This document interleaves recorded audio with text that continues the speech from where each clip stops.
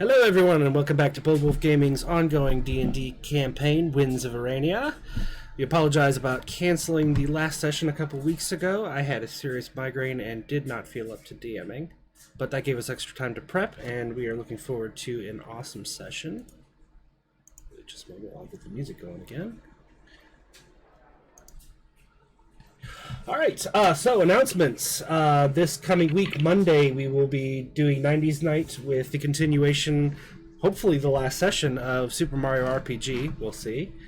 And Wednesday night at the same time, 8 p.m. Eastern, we will be playing it by ear. We may be doing more Hades.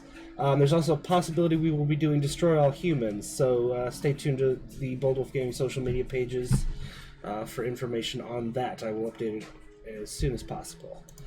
Otherwise, don't forget to check out Swift Reaction's new flavor, Sour Grain Apple, and use Bold Wolf as your code at checkout for a 15% discount. Tonight, be sure to listen out for new tracks from Monument Studios. They sent out their updates, and I finally actually got them downloaded. And they have released a new fantasy album, which I will be looking into getting soon to add to our repertoire here. Any announcements from you, Ryan, Bold Wolf, or Rhino Gaming? I have been on a hiatus for a while. I know last time we streamed was a month ago now. I said I was looking forward to streaming again, and I still didn't. Yeah, I should be streaming tomorrow evening, actually, hopefully. So, look out for that. All right. Also, one other thing. Unfortunately, we are going to have to push back the next session as well. Cece is celebrating her birthday. Happy early birthday. She'll be celebrating the same weekend that we would be doing our next session, so that means we will be playing on the 8th of April. So make sure you mark your calendars for that. We'll be gone for a little bit, but we'll be continuing to stream video games in between. So I think that's all I have for announcements. Let's go ahead and get into tonight's session. When we last left... cumpleaños a ti. Alright, so last time the Regulators were in the mine just outside of Anexa, dealing with a cave fissure. After defeating it, they discovered that the townsfolk had gone in to try to defeat the thing so that they could use its valuable innards to get themselves out of the miserable working conditions they were currently under.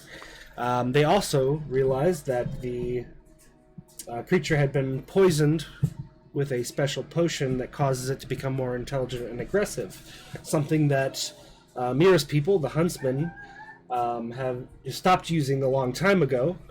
But when they did, they were using it to make otherwise harmless creatures become a problem for a local population so that a huntsman contract would be put up. However, with Mira being the first one to grab it, this setup seemed to be more to get her out of the city and where she could be attacked.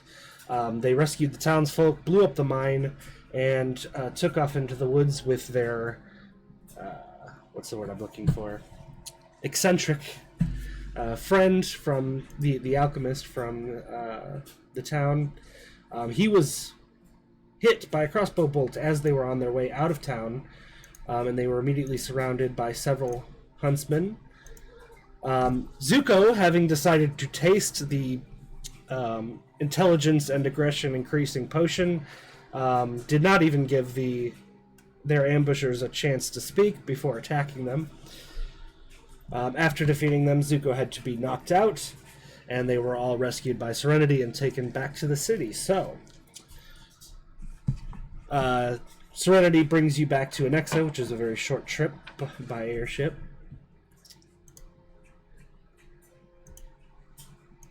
You arrive back in less than 10 minutes, I believe it would be.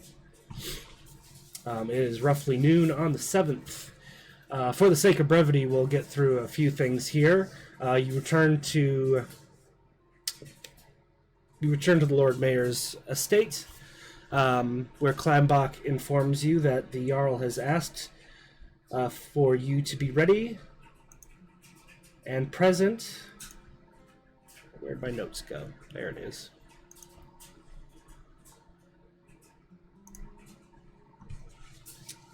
You have about 2 days to prepare, but you need to be at the Jade Bear in Kasham by noon on the 10th. Trip from Anexa to Kasham is about 30 hours. Okay, so you answered my next question was going to be how long would it take for us to get there. So if it's 30 hours, we need to be there in 2 days. We probably need to leave pretty soon. Like if you were to cut it like down to the minute, you would need to leave by noon on the 9th, and it's currently noon on the 7th. So you have, it's basically a 48-hour. Okay, so we have 2 days before we have to leave, is what you're saying. Right. Okay. Zuko, you are bedridden for the rest of this day, just so you know.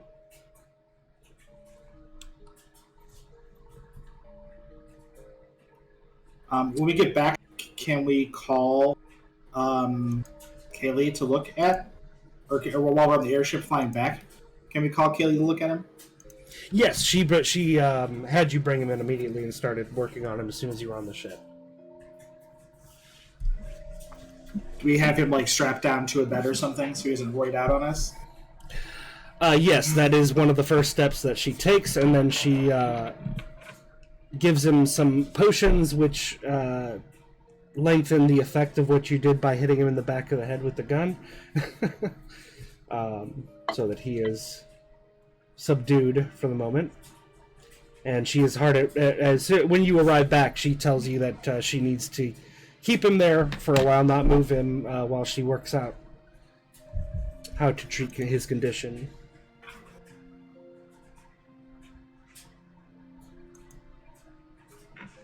So Jake doesn't have anything to do for the next day. Yep. Basically until morning the next day, yeah. Okay.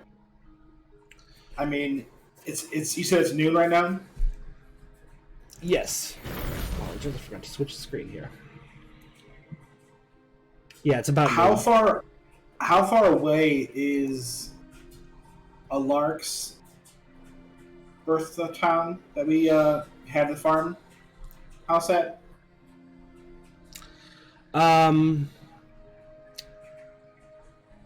Let's see here. Need to bring up the map. Just a moment.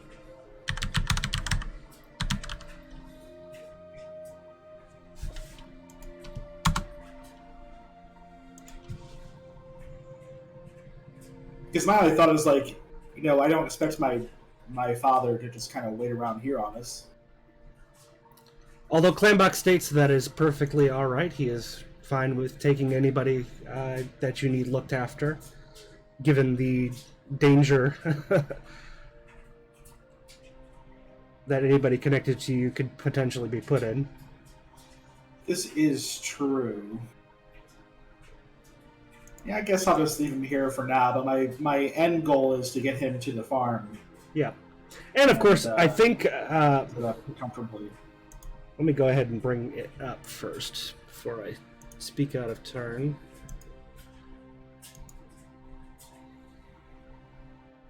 Set him up at the farm with a workshop and let him do what he does best.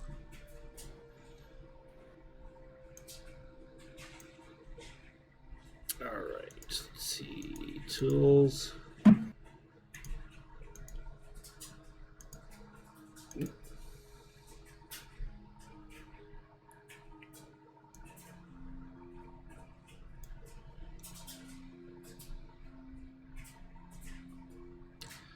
Alright, Boheim is 46 miles from Anexa, straight shot as the crows fly, so to speak.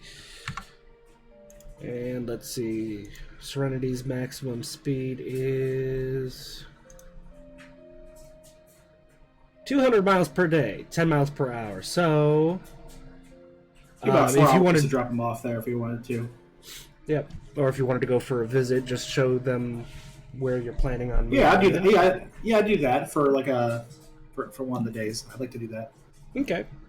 You want to just do that right off the bat when well, I guess I could because it's only noon right now. So yeah, we could we could head over there now, I think. Okay. All right. So you. And of course, CC or Echo and Mira are welcome to tag along too. Okay. So do you guys tag along? Sure. Mhm. Sure, why not? All right. So while Zuko is bedridden, you guys go ahead and take a trip out to Boheim. Go, you don't have a choice. You're coming along. Yeah, he can't object. Let's see. 1, 2, 3, 4. You arrive in late afternoon, early evening. The golden hour. Do you go? Do you go straight to the farm, or do you stop in the town, or?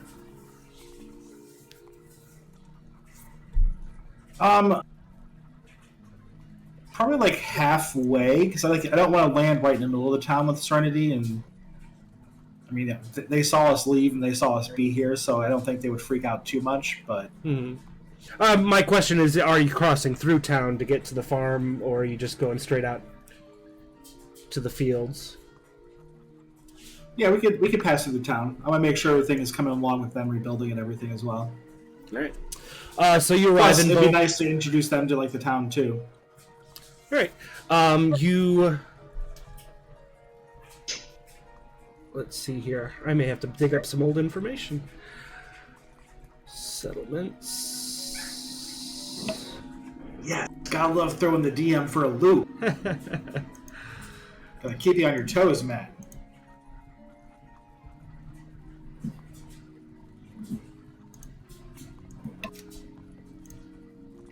All right. So you park. Serenity gets parked right south of Coppermire, on the same road that you rushed in to save the town the last time it was attacked. As you spiral over the city, coming in for a landing, you are greeted by the colorful painted roofs of this artsy town, the home of one of the largest bards colleges in the Empire. And sure enough, they have already gotten to work in getting the town restored. What damage was done by the attack from the undead. You are all immediately, well, everyone but Echo, of course, is immediately recognized. And everyone is very happy to see you. Even those who did not directly witness what you did have heard and had the story told and retold to them over and over again. Both Arget and your father seem to feel very refreshed, stepping into this smaller town from the bigger city of Anexa. Definitely something more familiar to Arget from where you picked her up. Still larger than Elta, of course. But she seems a bit refreshed to be out in the country. I wouldn't be surprised to have her running the largest inn in this town in no time.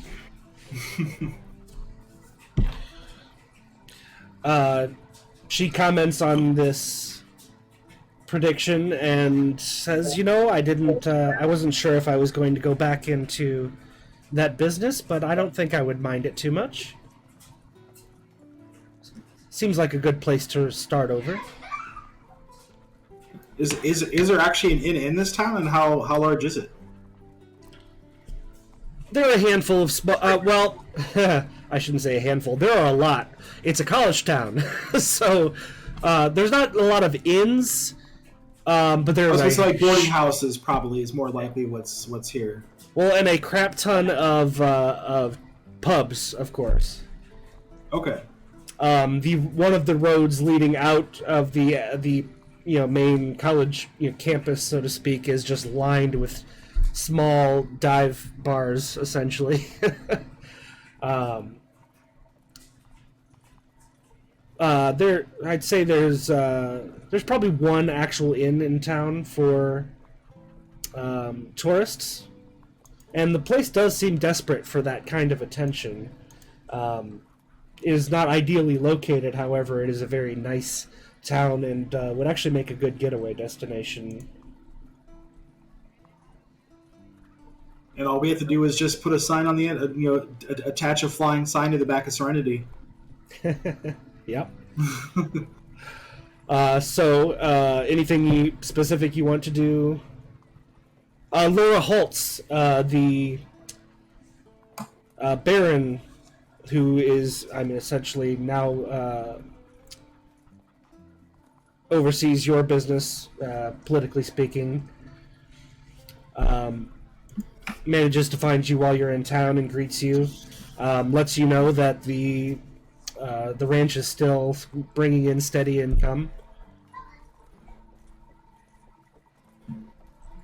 Trying to remember the name of the guy that you left in charge of it. I don't remember his name either. You said this is a bard. There's a bard college here, eh? Yep. I wonder if I could take up a couple classes in multi-class bard. I ruined stuff for you already enough. In theory, but that would require a massive amount of downtime. That's like, screw you, I don't want you charming people, Ryan. Temple of Getia. That was Act 2, Act 3.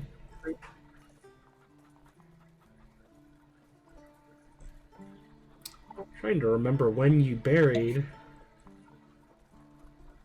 Alaric.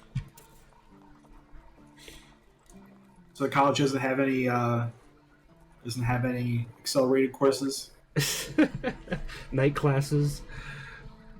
I can't leave a Vox Caspa in the classroom and just like learn remotely. You're really trying, man. No, I wouldn't do that. But I just think it's funny. The idea of like bringing remote learning into the world is funny to me.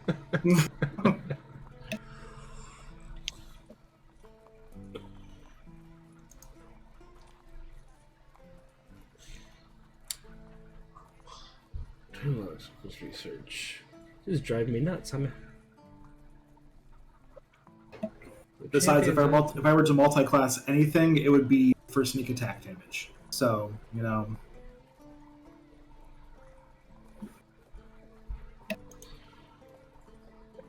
Okay, it was after resurrecting Sebastian. Securing the last tablet is inside the temple video. Our Doom's map, marching orders. I mean, I'm okay if we can't find it right away, because you'll just be like, hey guy, how's it going? Invitation, okay, visit the banquet, engagement party. Or when did Barney saying how I met your mother? Hey there, big chief. Yeah. This is the oddest thing. I cannot find my notes from when you guys came here last.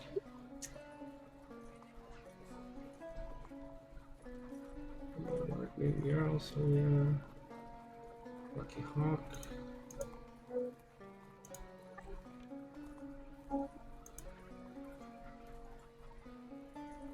I must have kind of winged that one. I'll find it at some point. I'm sure it's on World Anvil. But anyway, so you head out to the farm. Your man of few words neighbor, who has been running Alaric's farm since he went off to avenge his wife anyway, is indifferent about seeing you. You can't read him. But he reports that, he is still keeping things going as steadily as they ever were. You give your father and Arget a tour of the house, and Arget immediately goes into nesting mode. He starts planning out what the home will look like once you have actually moved in.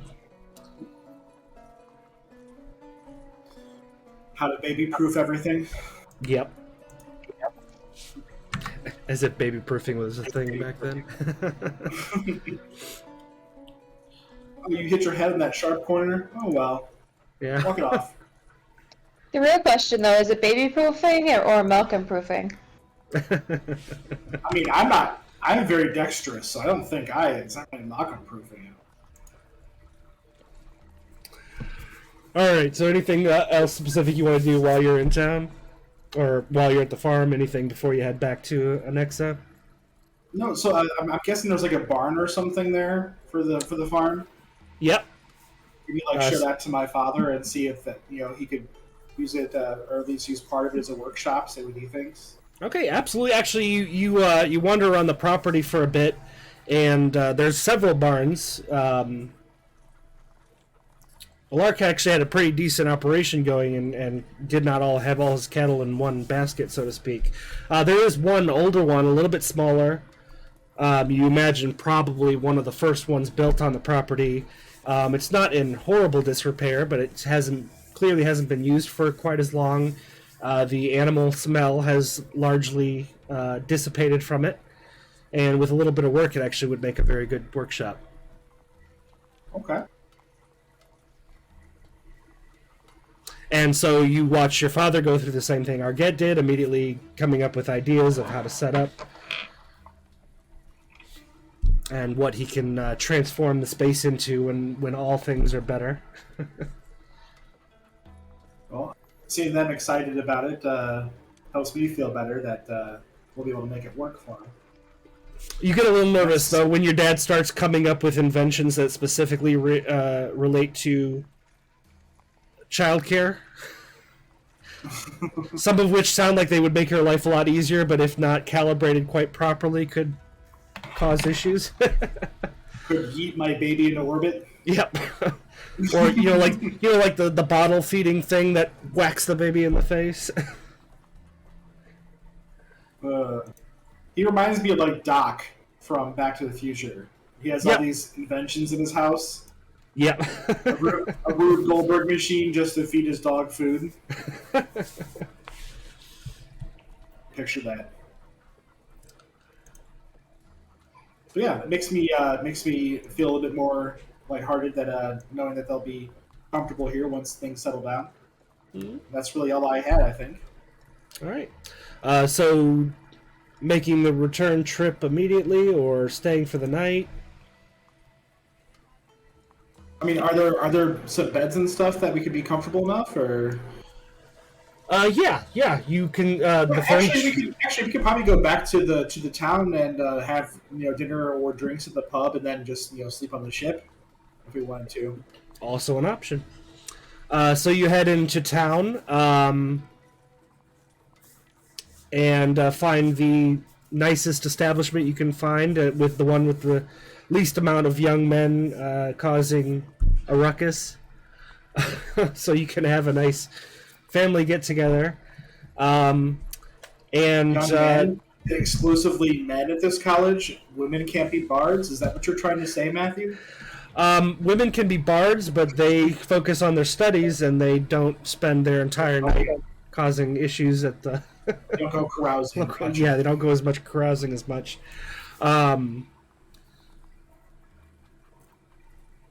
Yeah, we're I'll actually quietly buy everybody in the tavern around.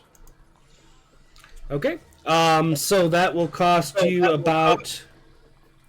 We'll just call it 1 gold even.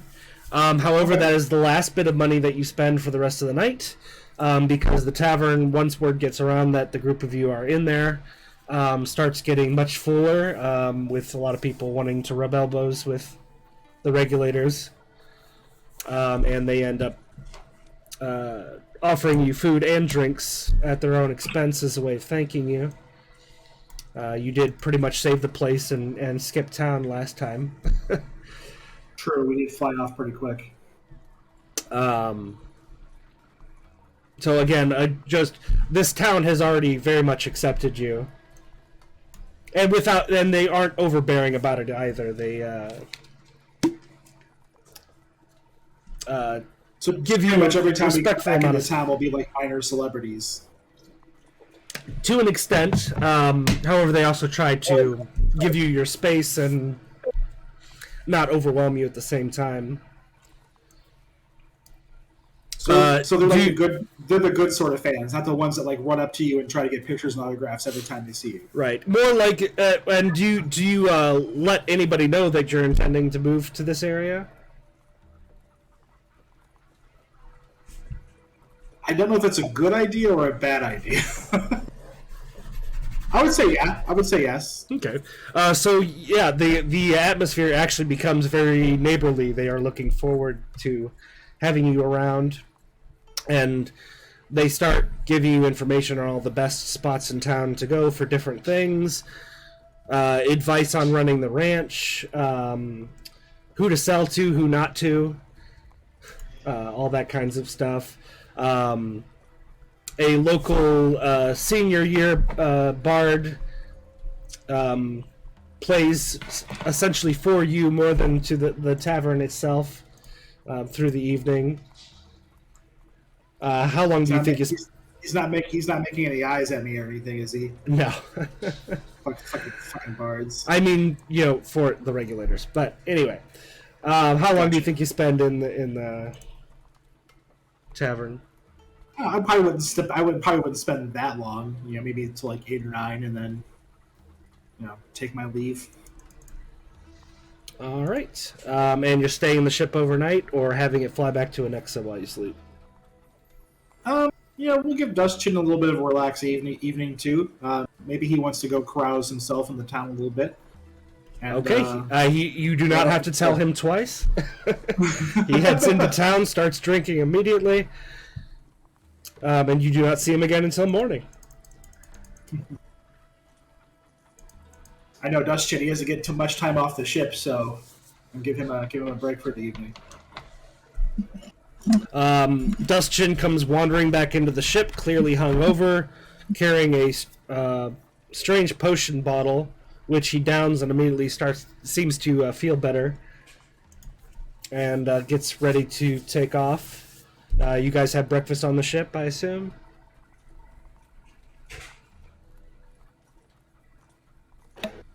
Yeah, I would say I'll actually cook breakfast for everybody. Mm-hmm. Don't know how well it'll turn out.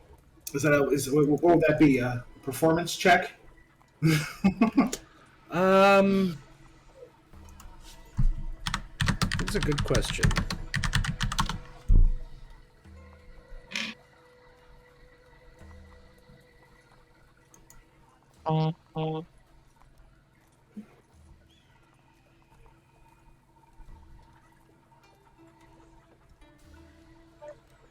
The bottle that Dustchin was drinking, is there a label or anything on it? The potion bottle? Yeah. There is a small tag tied to the top of the bottle that simply says hangover cure. Okay, I was hoping it would say Barney Stinson's Fixer Elixir. It's canon, that's what it says. That is now part of our campaign.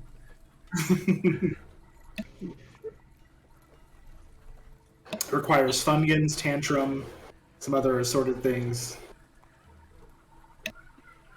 Let's say...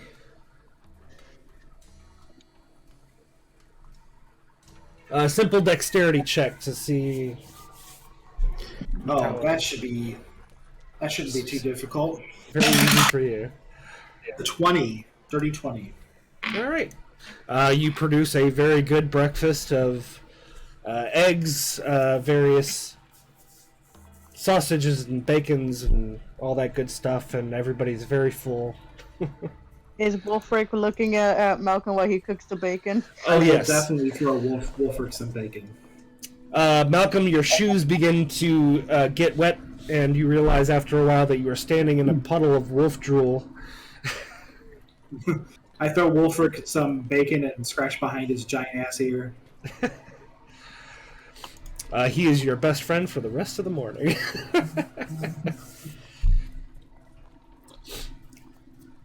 All right, so cook breakfast.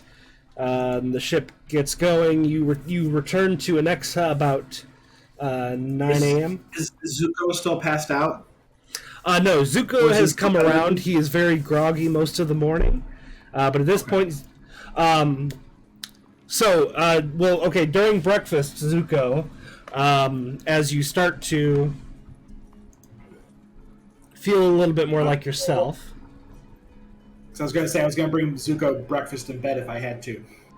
Now, he's up and not moving around great, but he is,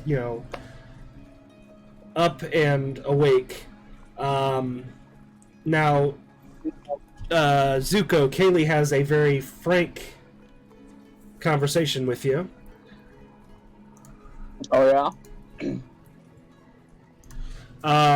Now, Zuko, I have managed to reverse some of the damage that has been done.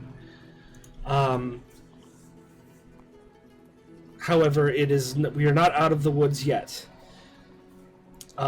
This should take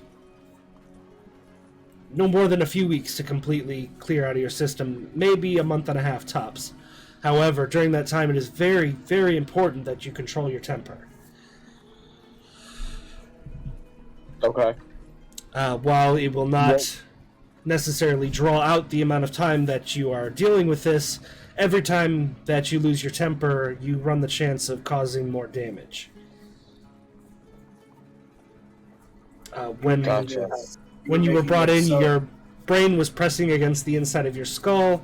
Your heart was about 50% larger than it should have been. And your adrenal gland just did not look good. So, I need you to do everything you can over the next month to try to keep your temper under control, or there could be dire consequences. Does Malcolm hear this? Yes. Okay. So Malcolm will try to resist the urge to squeak at all for the next month. Jake, for the time being, you have the ability to rage. Okay. Which is wrong button. It's a barbarian ability that lets you get advantage, I think, on strength in athletic checks. Here it is. You can enter rage as a bonus action.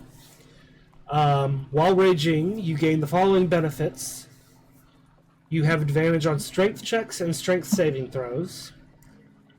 When you make a melee weapon attack using strength, you can gain +3 bonus to your damage roll. You have resistance to bludgeoning, piercing, and slashing damage. You cannot cast spells or concentrating on them while you're raging. Your rage lasts for 1 minute, and it ends early if you are knocked unconscious, or if your turn ends and you haven't attacked a hostile creature since your last turn, or taken damage since then. Okay.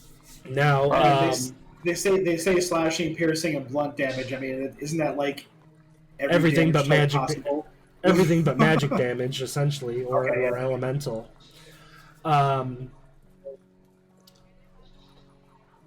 So, again, you've been warned that there are going to be side effects if you get out of control, and you are not as irritable and easily thrown into anger as you were when you initially consumed the potion.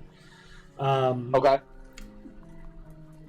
So I will leave it up to you exactly, when you feel that Zuko would come with anger. But it's not going to be quite as bad as it was when, you first came out of the mines. Oh, yeah, for sure. I swear to God, Jake, if you don't use the line during this session, you wouldn't like me if I'm angry. I'm going to drive to you. Yeah. Yeah, so not, It's you know, the perfect yeah. opportunity, man. Yeah, so I'll leave it up to you to decide, when you feel like Zuko would get seriously pissed off. Just no, it's not. You're not quite as irritable as you were initially. Okay. You're definitely feeling more rational, but you still get angry like anybody else would in certain situations, and when you do that, it's up to you if you cross that line into rage. Gotcha. So you have breakfast. You begin to feel better, a bit more like yourself. You begin to wonder how much looting you missed out on when you got knocked out. Right. Oh yeah, because we didn't really loot, did we? Damn. I did. Yeah, he did a little No, bit we before didn't you really knocked him out, and loot, then But He did a little bit before I I said Wolfric would get bear jerky or something like that. I did some looting as well. So it is. You arrive back in Anexa about 9 o'clock on Sindred's Day. So you have 27 hours before the ship needs to be heading for Kasham.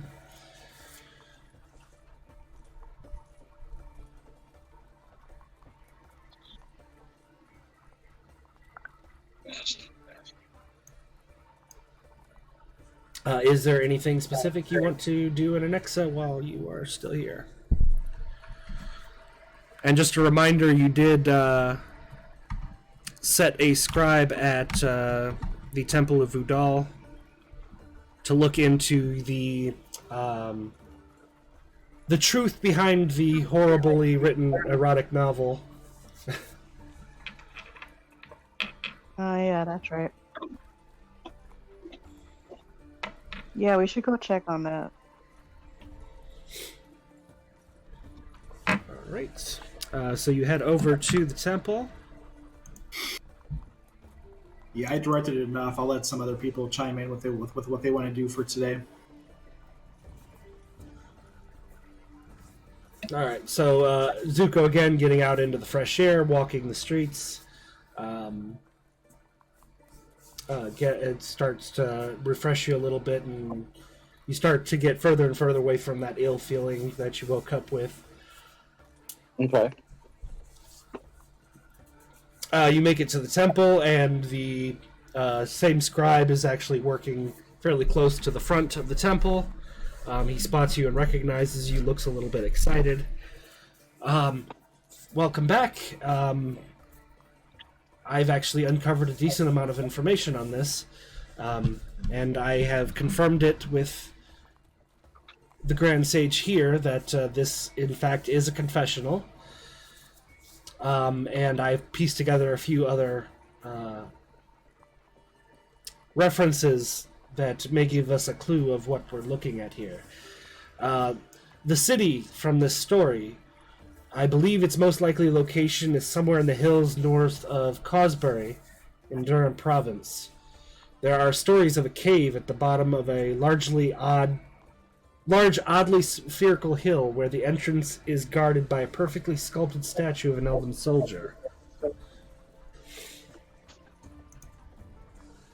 And given the geographical references in the story, and this reference at the end about the soldier becoming frozen in place at the exit of this cave, it may be the only way to get into the city from the story.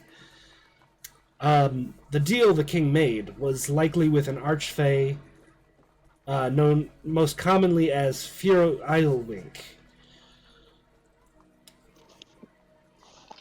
Of course, it's difficult. Furo Idlewink? Furo Idlewink. Idlewink or I? Islewink, like almost like island, Islewink. Okay. Of course, that's most likely not their real name. A Fey, Archfey especially, would not give that up so easily. But other references I found. Go ahead. Go ahead. Sorry. Oh. I was gonna say fake creatures probably think there's power in a name, so they probably won't share that easily. Do you say that out loud? Yeah. He gives you a very serious look, and he's like, they most definitely do, at least in the hands of Fae. But, what references I have found to this particular alias, they are known to embody the Fae spirit of personal freedom and fulfillment. And they, of course, also embody the common Fae spirit of trickery. They're also known to be good-intentioned and straightforward when it counts. One note I found in reference to Firo said simply, a trickster but not dishonest. Trickster, not dishonest. What's the city name again?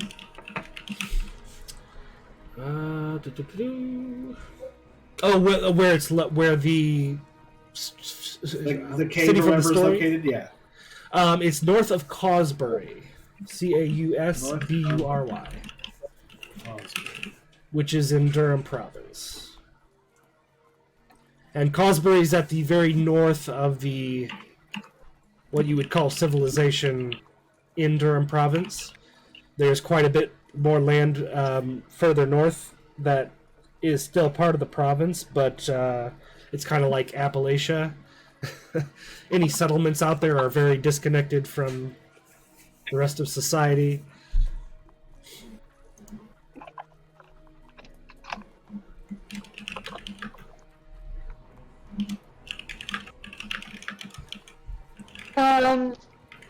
I would like to know if Echo has heard any stories about this Archfey. Ooh, good call. Roll a history check. Okay.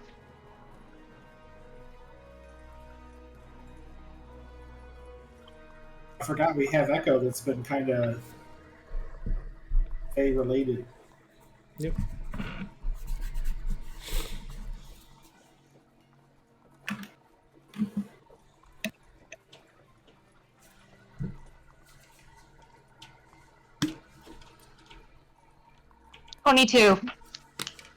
Nice. You have heard of Firo many times. You know of many other aliases, which I'm not going to list them off, but he goes by many names. Firo is one of his favorite, or sorry, their favorite. You also know that they are, everything that was described about them is true. They are very big on personal freedom and fulfillment. They have a strong annoyance about humans, or even mortals in general's tendency towards things like feudalism, monarchies, stuff like that. And in fact, kind of disrespects the entire mortal collection of races for their tendency to lean into tyranny. They are very powerful, very clever, and is probably the reason that the Fae in general have a reputation for trickery, most of all. Not all, but many of the stories anybody has heard of, Fae being tricksters has come from Firo, or those that associate with them.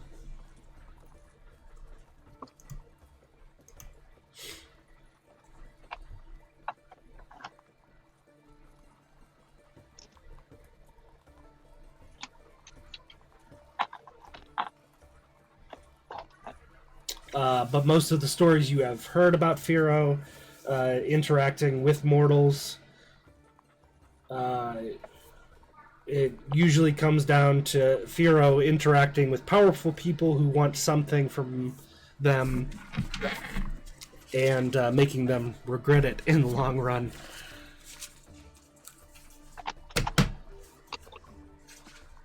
Especially loves going after anybody who is greedy, for whether it be for wealth or for power. and making them lose that which they value most. That makes sense.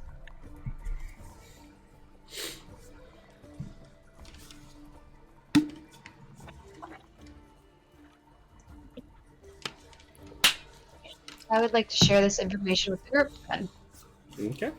if I haven't already. It's up to you. If you share with them, then Echo goes into what she knows of that name, and describes their personality and the stories that she has heard about them.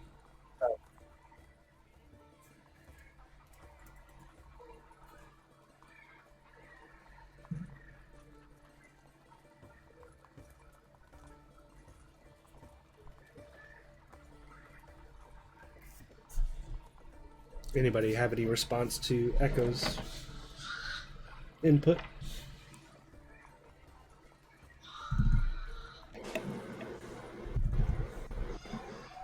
I just kind of take note of it, I guess. I don't know. Yeah, It's a like lot. The scribe finishes off with, I wasn't able to get much detail on the deal itself, only that the king thought he knew what it was he was expected to give up after he had accomplished what he set out to do. But in the end, he misunderstood the meaning of the deal, and when he was told the true cost, was not willing to make that sacrifice, whatever it happened to be.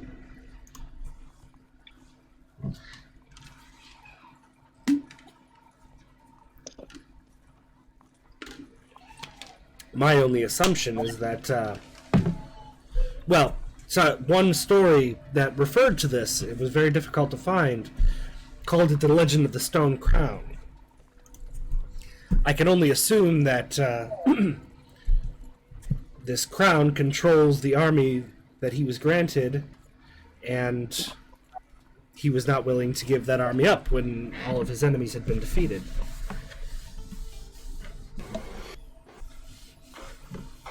Sounds probably true. Once people are in power, they don't like to give it up again. Yes, and just as the book describes, this kingdom was besieged on all sides by enemies for a very long time. I suppose, even though he had beaten those enemies back, he may have feared that giving up the army, they would Rise come up back. again, or- Yeah. But I can only speculate. This was an ancient elf, very, very long time ago. I can't begin to imagine the world that he lived in. And this is from the very earliest parts of our records. The temple was not truly established for a long time after this kingdom disappeared.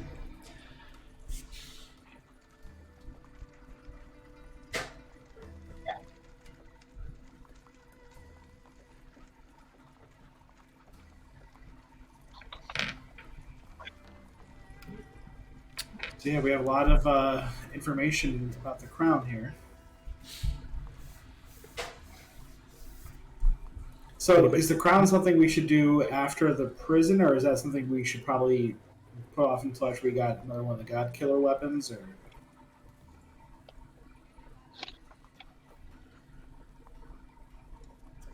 That it's is up yours to that you we as still a- gotta get, right?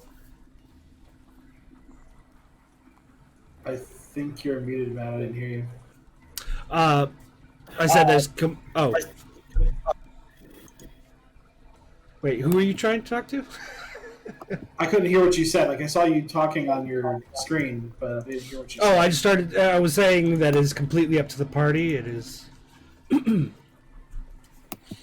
up to you what order you want to do it. You have two God Killer weapons to get still. One one of which you don't even actually know the location of. You just know a place where you might be able to get information on it.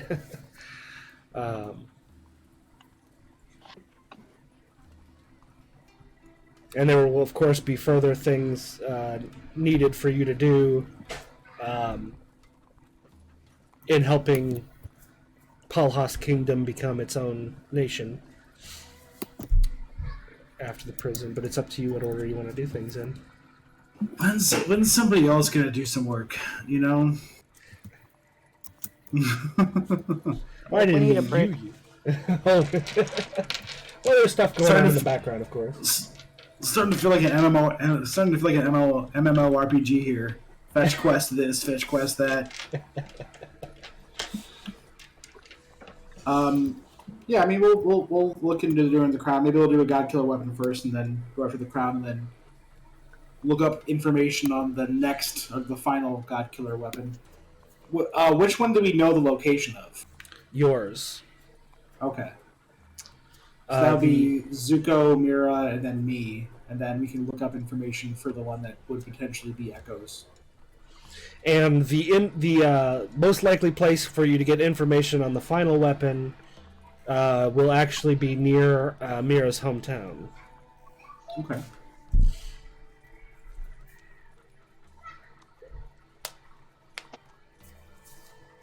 Well, it sounds like we have that plan worked out. So we'll probably check back in with him to make sure there's not anything else that we can learn about the crown before we head out to go pick it up. All right. Yep. He admits he has been researching all night, and he believes he's come up with absolutely everything he can tell you about it. He gives you a rough map to give you the various geographic features he has worked out. Doesn't give a precise location of the hill, but gives you a general area to look.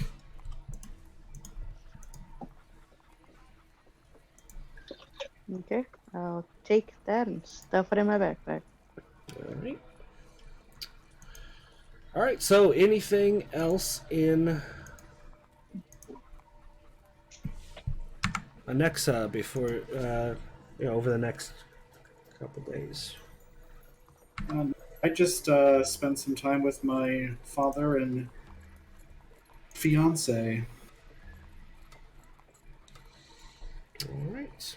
You successfully spend time with your father and fiance. Are you sure? Should I roll? Nah, I don't think you need. Performance check.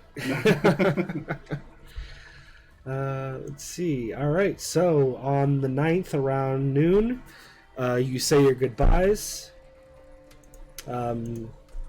Take off all of our magical items. Yep. Lorimer meets with you to collect anything that you may want smuggled into you at a later time.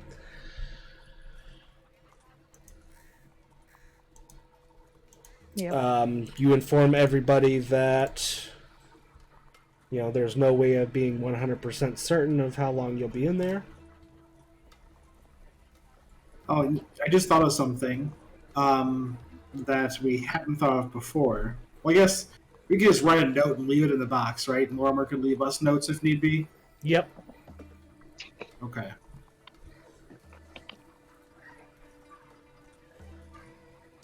Because I was going to say, scroll a message, is that only activated whenever I write on it? Can't remember what we determined. Yeah, I think it was considered a magical item, so I think Matt might have said that we can just leave a note to Lorimer through the chest. Yeah, you can literally just leave pieces of paper. I feel like we ended up nixing the scroll because it has to be on to receive messages at all times. Gotcha, yeah. Makes sense. All right, so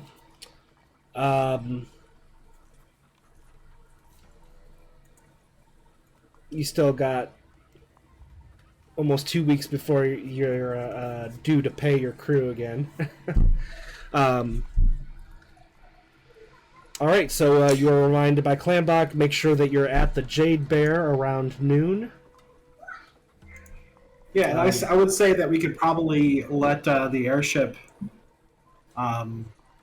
do its thing. Tell Dustin he can take on some work while we're gone. Yep, and of course he already has one Because- task on the 19th to get the Holy Regulator ship back to Fort Anexa. But yeah, he can do work off and on between then and afterwards too. Maybe not anything more than like 2 days, so that way we're not waiting too long if we Makes do come sense. back. Yep, he promises to stay close and be ready to rush in if you need him. But of course, yeah, you still got a 24-hour trip with him. Yeah. All right, so leave about 11, I'd assume, or actually get onboarded and all that. And we'll go forward 1 day. So, do we have any specific clothes we have to wear while we're in the jail, or can I wear my cool duster and give off a "don't fuck with me" vibe still? I'd say you'd have to get down to pretty much the basics. Shirts and pants and stuff like that. Because the duster This is the jacket's first actually... time- this is pretty much the first time everybody sees Malcolm's actual hair and not a hat. What yeah, does it look like? Out of curiosity. Like shoulder length hair, like I would say like about Matt's length of hair. Nice. I usually have a hat on, so it's like permanent hat head, probably at this point. He doesn't even take it off when he sleeps. I mean, I do, but none of you guys see me, so we're typically sleeping in separate rooms. True. But you are also asked to... Oh, wait, hold on before we get to that. I'm sure, Mira, you already realized you're not going to be able to bring a giant wolf into the prison. Yeah, as much as I want to. As much as I want to. But here's a question, though. How thick are the prison walls? It's literally a canyon in the middle of a mesa. Because what's the range of her teleporting collar? Like, if she really needs him to come in the prison, if he prowls around the outside, can she be like, "Wolfric to me"? I feel like it was like 20 feet or something fairly... It was under 100, I think. Okay, but yeah, that wouldn't Not work. then. likely. But Is, yeah, is it anywhere? Do we have that anywhere to be able to double check, or is that like something that was in the binder? It's let probably me in the check. I field. think I put it in your extras. All right, hold up. Wait, no, not the phone, Shakira, not the phone. Tablet. I'm looking for you too.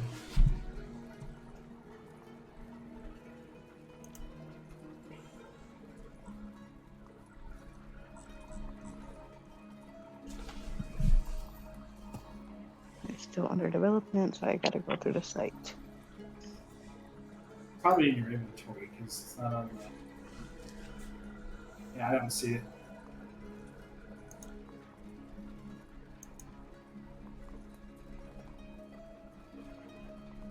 It looks like we might have missed something. Well, yeah, I mean, it'd be technically it's worn by him. They don't really have an option to create an inventory for your companion animals, which they should. But I thought she had a bracelet and he had a collar. That's what I thought too. that's true. It technically is a two-part item. I want to say it was like 20 feet. It was really just, I think you were using it for getting him through places or two places That he would difficult for otherwise him to not jump or climb through. Yep. Right. And of course, Jack would need to stay behind. Oh, really? Yeah. I can't use him to freak some people out. Right. Yeah, Steal I keys. can't see them letting him come through the gates. Of course, Like that would have been great. to be fair, he could be smuggled in the chest. The magic chest that gets... God. Yeah, he doesn't have to breathe. Right, he doesn't have to breathe. Yeah, that is true. He is an undead capuchin monkey. If push comes to shove, I can always I almost be said like, "Hey, Lorimer, leave Jack in the next chest."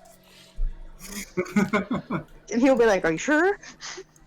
Okay, so yeah, if you leave Jack with Lorimer, he is quite fascinated by the creature and is excited about spending some time with him, and promises to put him in the chest if you really need him. Is Lorimer gonna run tests on him? Wolfric could stay on the ship with Dustin and Kaylee. I'm sure he's gotten used to that. Unless he really wants to stay with Clambach and run around the yard. That probably would be something he would Hold enjoy on. more. Okay, yeah, then we'll do that. I gotta go check on Wolfric. I'll be All right. So she leave Wolfric with Clambach and apologize ahead of time to all the servants.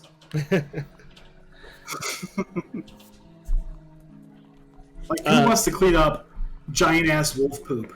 Just throwing it out there. One of the servants brings out a large shovel, gives you a challenge accepted look. Alright, so you guys get on the ship and head out around 11:30ish. And travel through the night. Arriving in Kasham at about also 11:30. Well, actually closer to 11. Dustin ends up making pretty decent time. Shaves off about a half hour from the trip. As you step off the ship, and of course you're asked to be discreet, not to fly the ship into the local spire, so he lands a little bit outside of the city and you can walk in. Okay. As you walk towards the city gates, sorry, this one does not have gates, never mind. Walk up towards the outer perimeter of the city. Hold on, let me bring up the map here.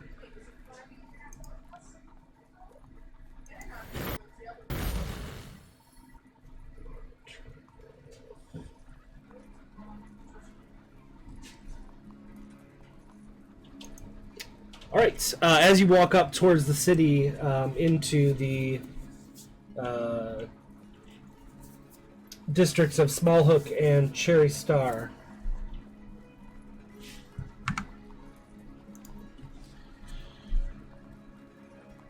Oh, crap, I forgot to change the calendar over.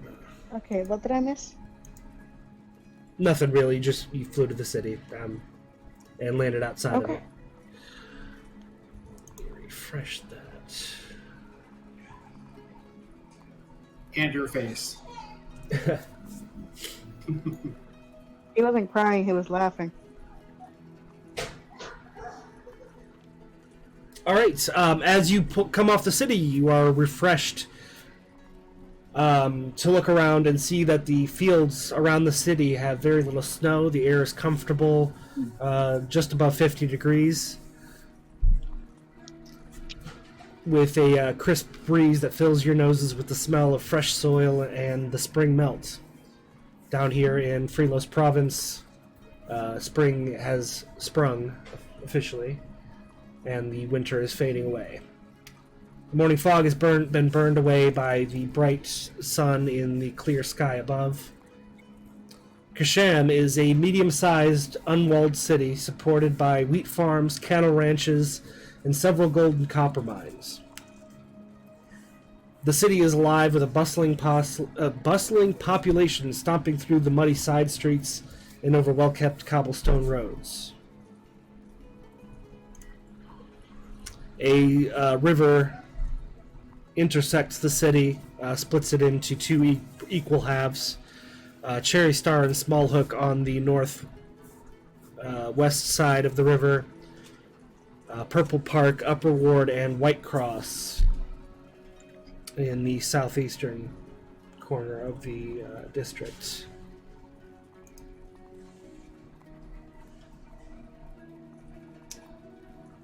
You are told that the Jade Bear is in the White Cross district, which leads you to walk through the majority of the city. Keep losing my notes. The White Cross district is an especially ethnically diverse part of town, which is apparent by the clashing architectural styles that are broken away from the form of homogeny that tends to establish itself in most cities. And you can tell as soon as you cross the river into this district that it is the older part of the city, existing probably decades before the rest of it was built up. Many specialty shops and roadside stands display the foods, trinkets, and wares from various underrepresented cultures, and the air is thick with incense and other fragrances. The Jade Bear has no sign, but it instantly stands out from the other buildings on the road.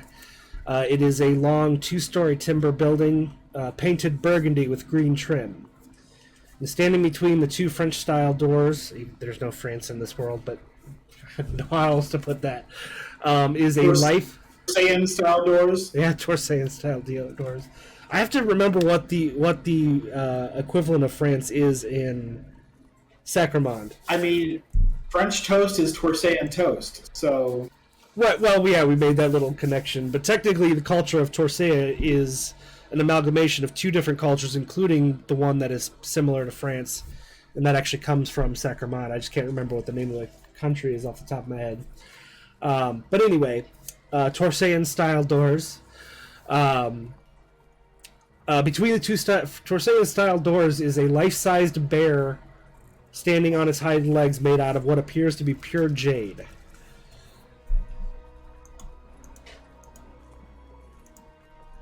Is Malcolm thinking of stealing that one too? Well, no, but that just clicked in my head. Didn't we have an opportunity to steal those lions? Did we ever actually, like, the opportunity ever come up, or did we just missed it, or what? It hasn't come up. It hasn't come up yet. You would the best opportunity would have been if the timeline had gone a little bit differently and you guys had not stopped the last tablet from getting into the cult's hands, because the Jarl would have had to move out of his estate.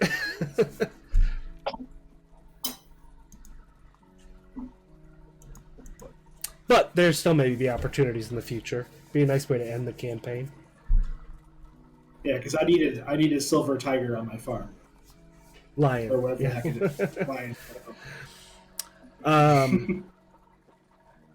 Hey, who knows? Maybe just talk to the Jarl and he'll let you steal it as a challenge, and if you can get it, you get to keep it. True. The heist challenge? That would be interesting. Yep, that would be fun. Lock, stock, and 2 smoking tigers? Or lions? 2 smoking lions? Alright, so you are standing in the street. Looking at the Jade Bear. Yep. What would you like to do? I do kind of drool at looking at the Jade Bear, like a little miniature Wolfric, because treasure. Yep. But yeah, I mean, I would just go in. I think I don't think there's anything else we can really suss out about this. I kind of walk over to situation. Malcolm and lean in. And I was like, "How do you think we would take that if we had the chance to steal it?" How big is it? Like, it's the size of a grizzly bear. It's life-size bear made out of jade. Is there like ropes or anything around it? Nope. It's mounted on a black marble pedestal.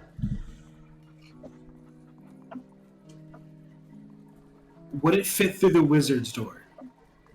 Not easily.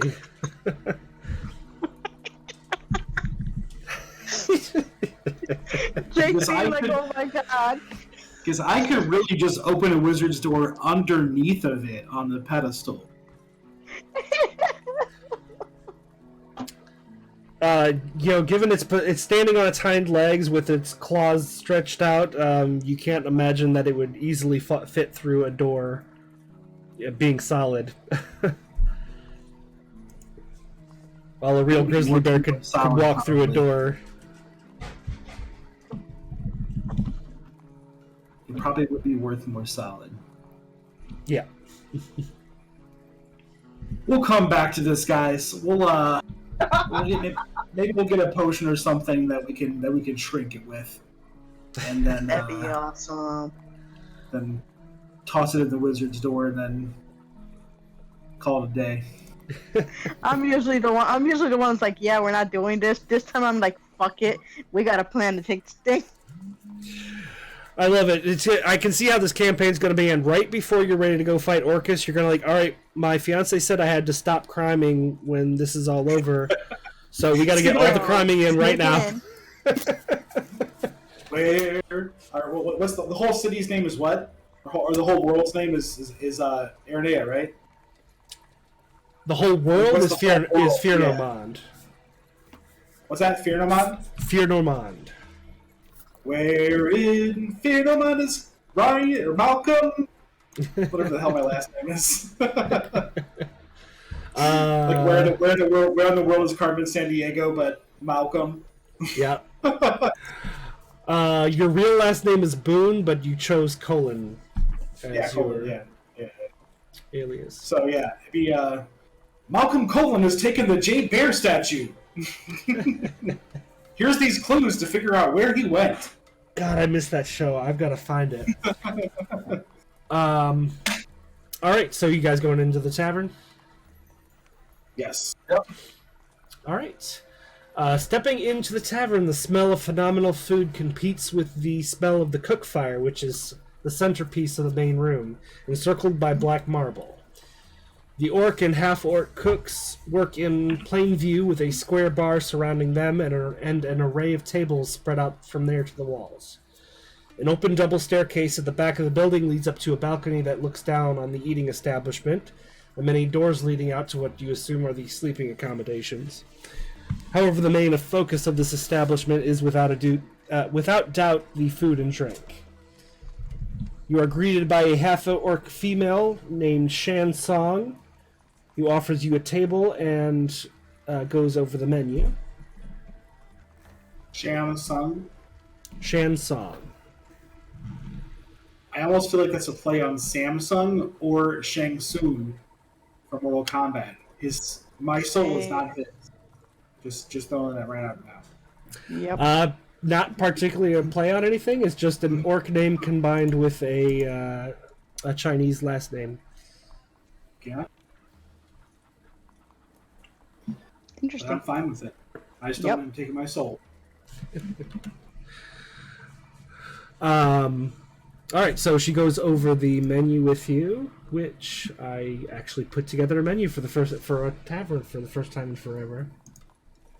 The reason why I had my timely reference of where in the world is Carmen San Diego, I recently watched a little YouTube documentary thing on it. I just shared it to you, Matt. It's a fun watch. Okay. So they offer to start you off with a bottle of wine. They have a list to choose from. Glass Hag Sovereign Blanc. I'm going to butcher this pronunciation on some of these. Broken Tail Chardonnay, Devilish Fish, Pinot Noir. God, I hate freaking wine names. Staff and Jackdaw. Yep. Staff and Jackdaw Cabernet Sauvignon. Yeah, Cabernet Sauvignon. Platinum Pony Cabernet Sauvignon, and Overweight Island Merlot. They also have some fine lagers and ales. Gambling Bow Fruit Ale, Blade and Mace Porter, Lost Giant Lager, Infernal Magman Hard Cider, Soiled Halfling Fruit Ale. Restrained Wagon Whiskey and Shining Dwarf Gin. I'll take the dwarf gin. That is a bottle or a... I'll go and A have shot. season the dwarf gin. All right, it's a total of 5 gold piece and 5 silver. Okay. You share that around the table, or... I mean, I guess we can share around the whole table if everybody else wants to drink too. Right. I don't see an issue with it. Everybody chip in gold and a silver. I'll do the rest. Yeah, just give me a second. I'm trying to. Where is my currency? Oh, there it is. There. That is not it. That is not it. All right, so everybody chip in one gold and one silver, and you have a bottle to share among the table, and it is a generous-sized bottle. And she also offers. What's that? Oh, I said I have to find my currency. Yeah, gotcha. It's in your inventory. I don't know why. I didn't. I just now thought of this. Do we actually know who the hell we're meeting here? God dang it. You were not given any specific information. They just said be at this tavern by noon. Okay. Okay, so I wasn't just not remembering. We weren't told. Do we maybe want to take a break real quick? Yeah, all right. We'll go ahead and take a break here, and we'll get back into the making everybody hungry. I'm going to drink myself right now. I'm going to take a break to make a drink in real life. So, you know. All right. We will see everybody in about 10 or 15.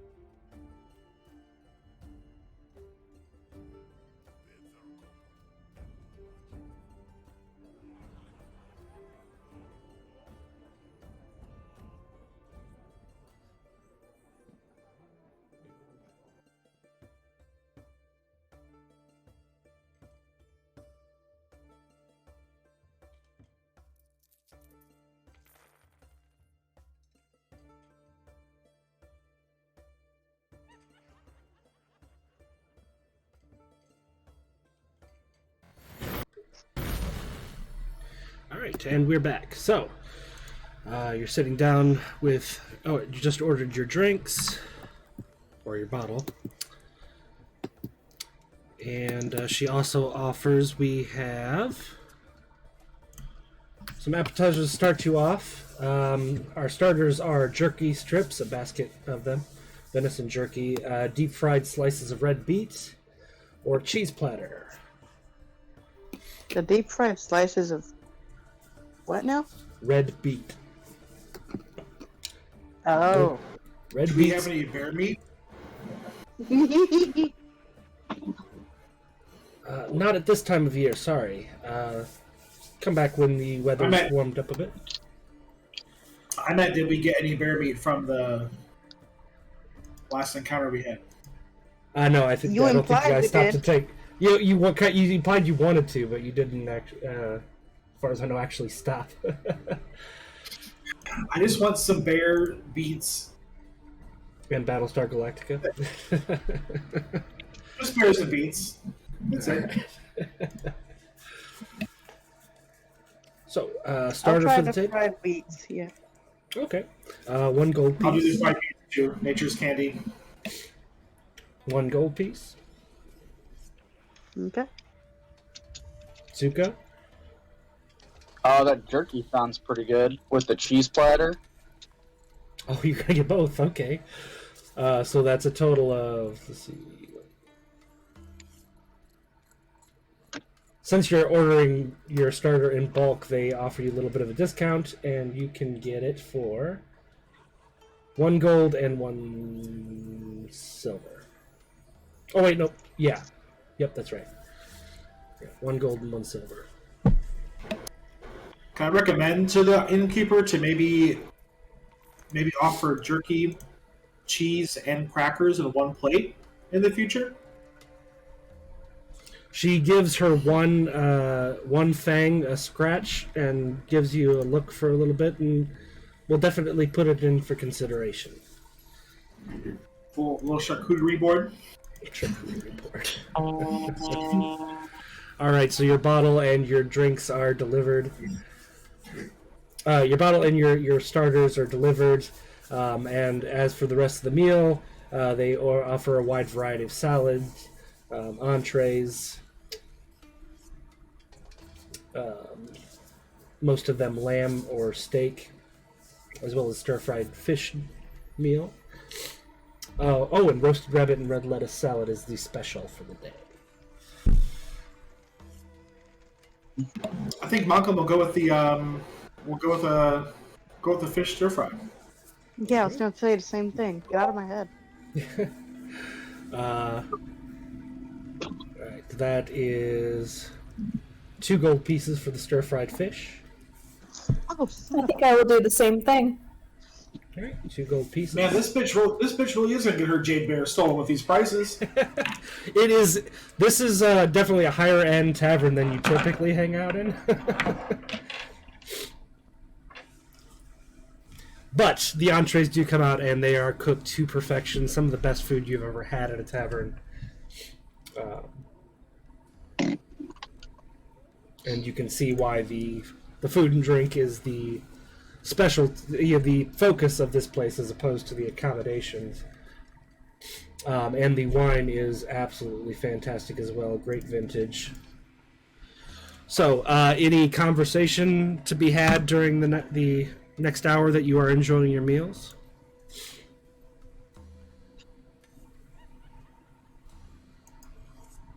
Not that I can think of. I'd maybe talk like, do we know who we're looking for here? Does anybody stand out to you guys? Anybody want to We roll can a make. perception check? We can look around. Yeah, I guess we can look around and see if we see anybody that stands out to us. All right. Who wants to do the perception check? Okay, let's see what my stats are. I had a +8. Let me look at mine.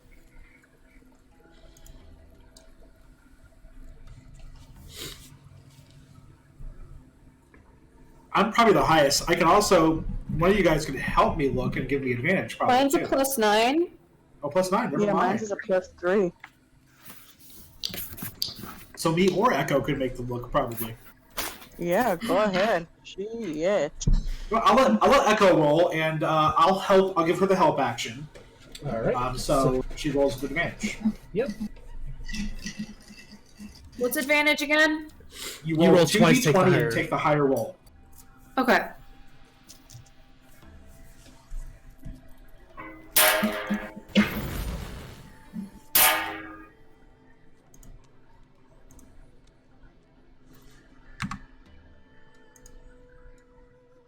And then add 9. Yeah, I'm working on adding 9 to this.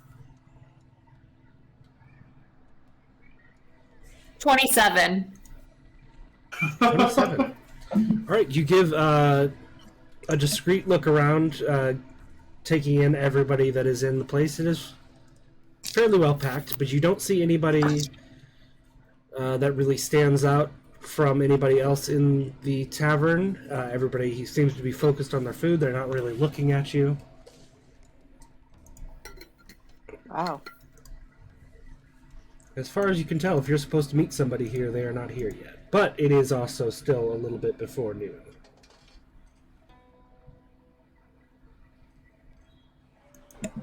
In that case, I ask for a dessert menu. Same. Same. Matt's like, you fuckers. I know I have You something had for a this. menu created, so Yeah. You had a dessert menu created? Yeah, I always have a dessert Okay. menu on hand. Just need to remember where I stuck it. I just felt like I threw you for a loop with the going back to the one town. Let's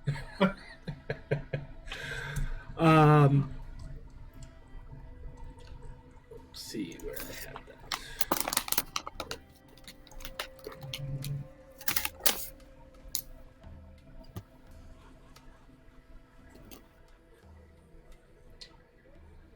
that. They have a wide variety of fruits available. Current special, they have a special on dragon fruit, jackfruit, lemon, pear, and watermelon. They also have what would most closely resemble a chocolate lava cake. A little bitter compared to what you would actually have in modern day in America, but it is a It's small like a chocolate it's like cake. a dark chocolate, like a dark chocolate lava cake. Yep. That would be even better for me. I'll take that. I'll also Yeah, take I'll have that. some of that. Okay, all right. So that is 1 silver piece for each of the cakes. Should have just had fucking cake instead of the entree. And when they bring it out, the chocolate is just short of boiling. And these are not the tiny little chocolate lava cakes you get from Domino's. This is about the size of a tea plate.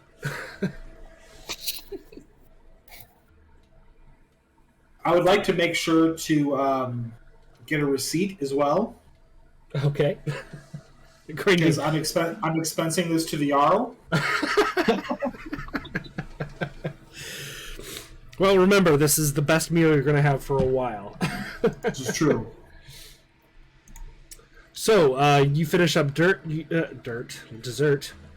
Had a stroke yeah, we there, finished apparently. up dirt cake. The dirt cake. So does that mean we get so drunk off of our asses that it's the opening of Skyrim? Right?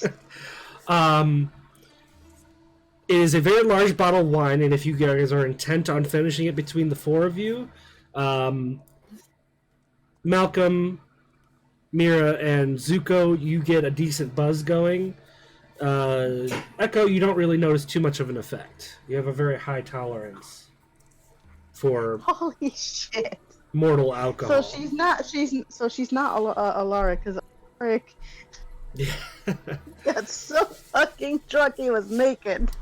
You find Well, I also feel like he drank a lot, and it was dwarven something. yeah, it was I think, dwarven too. ale. Yeah, it was dwarven something. Yeah, you're right. he was drunk off his ass. Now, the fun thing would have been for us each to do a Constitution saving throw. But, Well, I'm not trying to put for the you sake in- of brevity. Yeah. But Echo would actually probably have to drink dwarven ale to get even, like a Buzz. beer buzz. Echo, So I'm you gonna actually, have to try harder. Got it. yeah. Just for reference, Echo, you find the mortal alcohol quaint. The wine that you are used to drinking is mildly psychedelic and made from, typically from flowers. Fey flowers, of course. You do, like I said, you do feel the alcohol, but you don't quite make it to a buzz. And, you are surprised to find that mortal alcohol does not have quite the same drug effect that wine you're used to. I'm probably a little intrigued by the fact that the alcohol has an effect on the other three. Yeah. It's like, well, okay, this Probably is pretty like good. they would probably being like they probably wouldn't have any chance drinking the Fey alcohol. Oh yeah, it would be an interesting evening if they ever had it. Are you So- proposing this? Are you proposing we drink with you? I tell Echo some of the interesting evenings we've had with alcohol. With Alaric. Yeah. And Zuko. Zuko was naked Zuko. in the well. Yes. Fell butt Yeah, first into a well. Zuko rolling out of the inn in Elta, where Arget owned, with the one female. Oh yes. The Dukes That of was Hazzard hilarious. ending. Yeah. Rolling off of the roof and hiding from the woman's father. In the wagon. In the He's wagon. flat in the Yeah, wagon. it's a wagon. Oh, that's great. But yes, Echo, you're like, well, it's pretty good grape juice. I don't know what your guys' problem is, but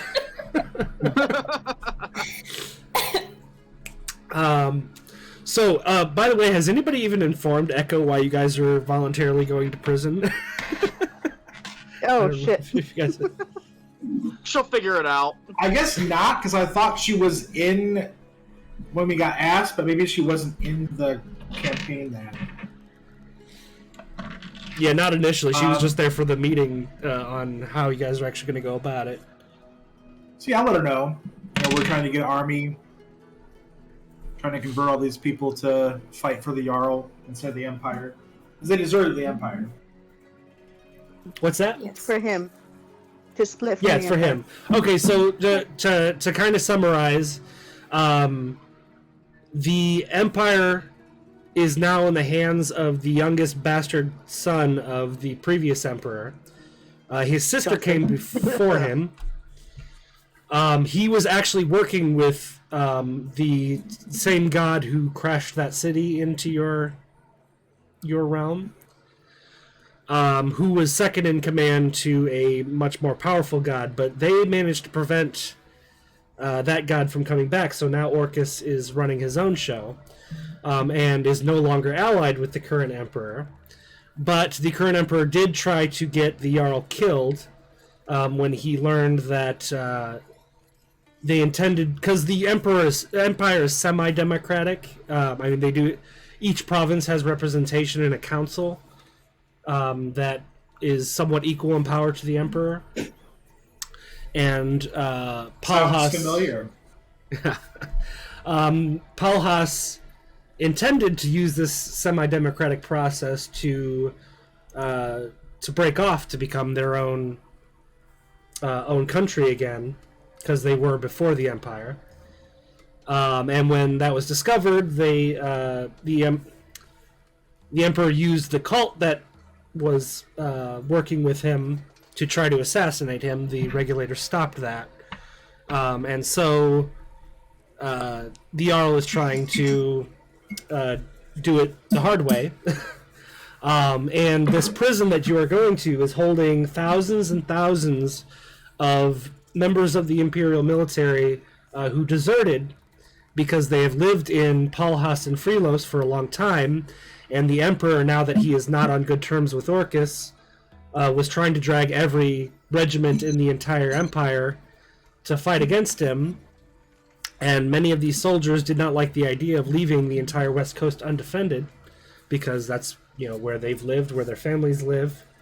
And because it was so many of them, they couldn't simply be executed, so this prison was created to hold them for the meantime until the Emperor figures out what to do with them. And it is the Jarl's intention that since their entire reason for deserting was to not voluntarily leave their homeland undefended, he believes they can be convinced to become the new army of Palhas and Freelos when they secede. So, that in a nutshell is why you guys are going. So, Makes sense. you guys are a little bit buzzed, very full, enjoying a very nice meal. Do you tip? Yeah. I'll give it 2 gold piece, Jen. Very nice. She is very thankful and hopes that you come again. Yeah, says you can stay as long as you like to let your stomach settle. Gives you all little leaves of peppermint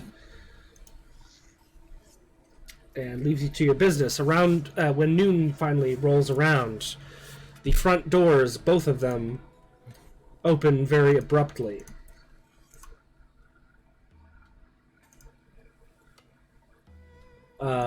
Drawing the attention of everyone in the tavern. It goes very quiet with the exception of the sound of the fire in the pit at the center of the room.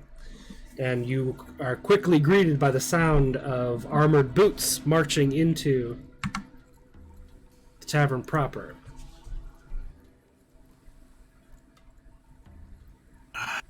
This is how it's going to go down, isn't it? Yeah.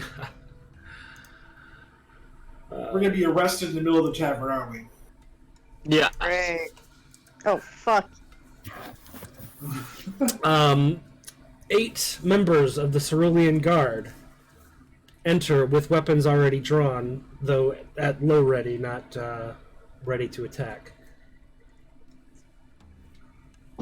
Is there a leader among them? Not obvious at first glance, but they kind of semi-surround you in a semicircle, and one steps to the center and steps forward out of formation and addresses you directly. I want to look directly at him and make eye contact. Okay. And see if he gives like a nod or something to seem like he's in on what's going on. He does, in fact, give not a large enough nod for everybody. Yeah, enough, but clear enough for you to know that this is part of the plan. Okay. So Malcolm, who jumped up and was like about ready to fight his way out of me, kind of puts his arms down. Okay, and by the way, at this point, you guys are still, as you normally are with your weapons and all that. All that disarming stuff will actually happen after this. Okay. So you go. I'm assuming you put your hands ready to pull guns out of the holster. Yeah. As you make that move, the guards, somewhat increase their readiness, but also they try to keep it low so everybody's sure they're on the same page. And the man who steps out, sounding somewhat like this isn't something I want to be doing. He says, Malcolm Colin, Zuko Mousebane, Mira, and Echo. You are wanted for crimes against Freelos Province and the Earrenian Empire. We don't want this to come to violence, but we will if necessary, and it's not just us here. So please, keep your hands away from your weapons and come with us. I'm glad you brought up there was more of you, because I thought to myself, 8 is not enough. Your reputation precedes you. I'll They wouldn't come come quietly. unprepared. Thank you. And they all kind of... so you all get up from the table? Yep. They wait for you to get up from the table and step away, and then they kind of flank you as they direct you towards the doors.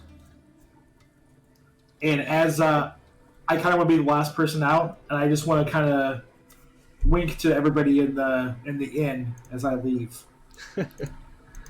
By the way, is your camera intentionally frozen?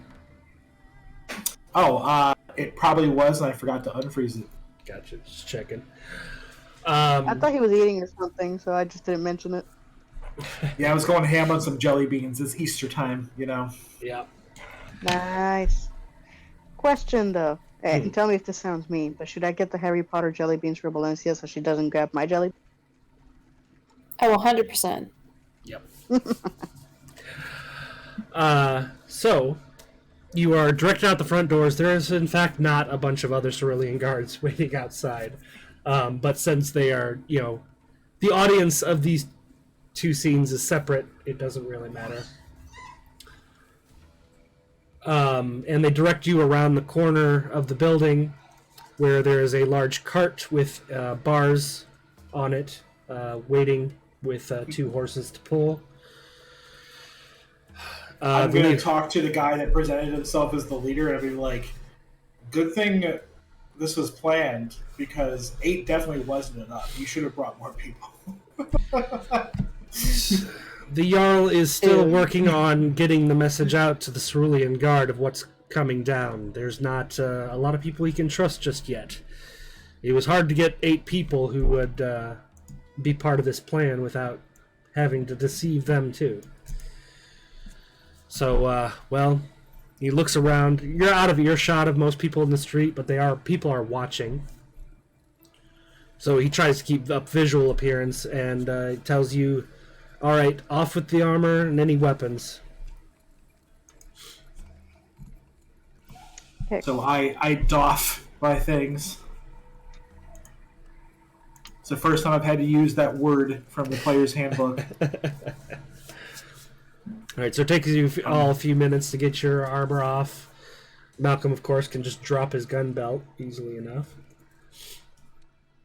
And fold up my duster and my hat. All right, and you I see take out my hat, and there's like a ring, like in my hair, like grooved in my hair from the hat. So they gather up some of the things that obviously can't go with you, and you see him carry it to a second cart, which has a lockable chest, where most of your stuff is put in. And then they bring over several small cases, one for each of you, specifically for the personal possessions you'll be bringing with you, things like the earrings of Whisper, personal jewelry, excess clothing items that you'll still get to take with you, but to simplify the process of getting you into the prison, they won't be like on your person up front. I feel naked without my armor. Right. All right, so we have technically you are. Your armor class is literally just your dexterity modifier. Jesus Christ. after they collect your personal effects, they bring down a ramp from the back of the barred cart and instruct you to step in. All right, so here's how it's going to go. As far as you know, and as far as the guards at the prison will know shortly, you have committed crimes, political crimes, against the Jarl of Freelos. And since you would normally be kept at a military... just had a brain fart, forgot the word. Prison? No, you'd normally be kept at a... Encampment? Yeah, encampment. stockade. I know I have the word written here. So. Red. No. Yeah, I don't. You had it in the message I think you sent on Windsor Earrenia, the group chat. You look, you scroll up.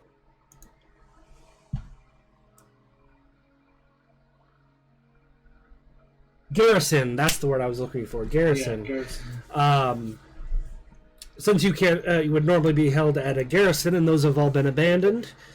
The Jarl is insisting that they hold you at the prison until she can retrieve you at the proper time. It will take a little bit of convincing, but we're pretty sure that this plan will work.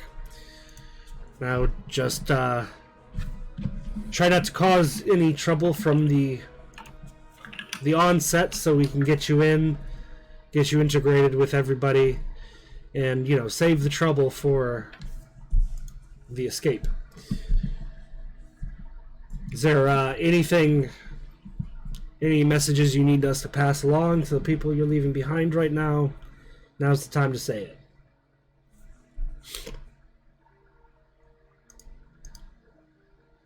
I can't think of anything. You guys? No. No. All right. So the cart is closed, and you are carted out of the southeastern road of the city. About 5 minutes tops down the road, you can already see this very large mesa, which these rock formations are very common in Freelos, but this one is particularly large, and you can see as the road approaches this mesa, there is a large crevice in the center of it, and at the base of that crevice is a large guardhouse, a stone guardhouse, 3 stories high. The cart rolls up to the gatehouse that fills the open end of the hollow space within the mesa. A group of Imperial Legion, which have the kind of inverse look of the Cerulean Guard, blue breastplates with golden yellow tunics and in some cases capes.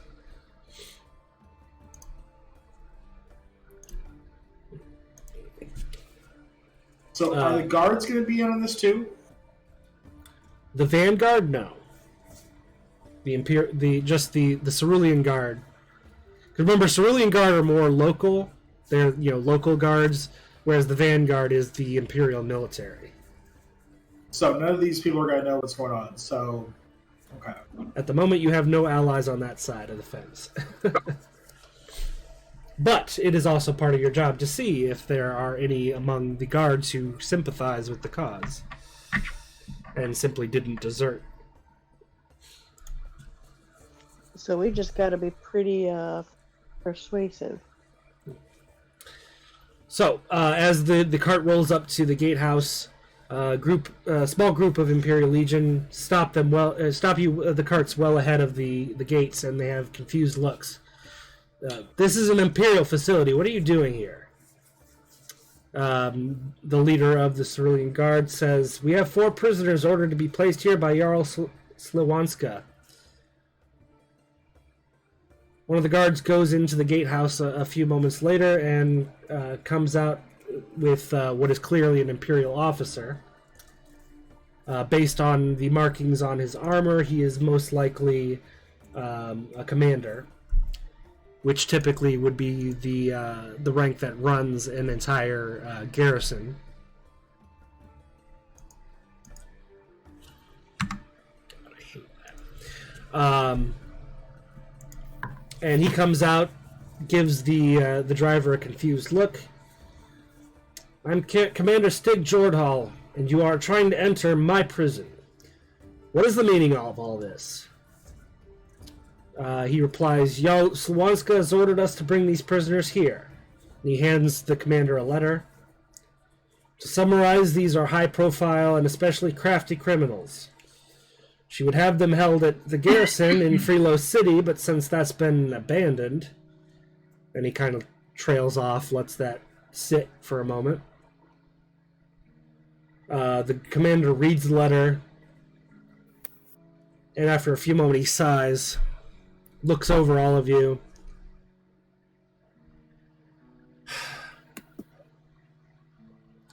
God, why do I have to deal with this shit? Well, I can't give them any special treatment, meaning I can't guarantee their safety. If the Jarl really wants to keep them alive, she's going to have to find other accommodations. And he replies, the Jarl understands as much. Only wants them somewhere they can't escape. And if at least one of them is still around when she needs them, that's good enough for her. I burst in and interject. You could just fucking let us go. I'm just trying to protect the damn province. The commander pulls out his sword and smacks it against the bar. Shut the fuck up. All right. So, commander doesn't seem to be too keen. No. Well, he looks over his shoulder, and you see actually nearby there are two prisoners shackled together, being guarded by just a little distance away from the gate, not in direct, like it didn't directly draw attention, but until he looked over. And you can see the two of them are digging while they are guarded by two imperial guards. Well, it just so happens we have some beds that just became available. The commander signals for the gate to be opened, and the carts roll in to the gatehouse. You enter a narrow passageway with several stories above to a high ceiling. Bars separate the passageway on both sides from the rooms beyond. So essentially you're in a long hallway in the center with hallways on either side that are open on one side with bars. You are allowed to disembark once the outer gate has been closed, and you are directed... Let's see... you are directed through one of the barred doors on the right-hand side and brought into a small room with nothing in there but tables. Another member of the Vanguard, less armored, no helmet or anything, seems there mostly for administrative purposes. Has you stand in front of the table. The cases that they put your personal effects in, the one that could still come into the prison, are set in front of you, facing the opposite direction as this guard goes through each of them. And there's an exchange about the fact these are the personal effects that you had on them, and they know that there's a policy within the prison that some things are allowed to be kept with you. The Jarl is fine with that for you as well. Dang it. While they go through it, they inspect all of the things, looking for anything hinky going on with them. And if you could all clarify what you are bringing in with you.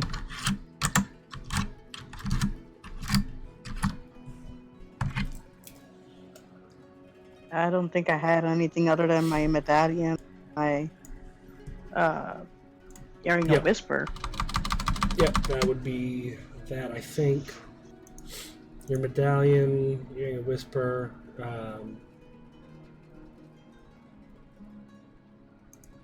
Your cloak is bad. Oh, that's right. You put the mantle of Ivor on your cloak.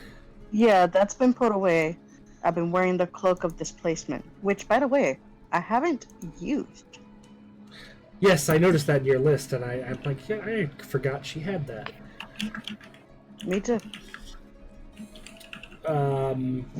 Yeah, so any other jewelry you happen to wear, anything like that, gets looked through.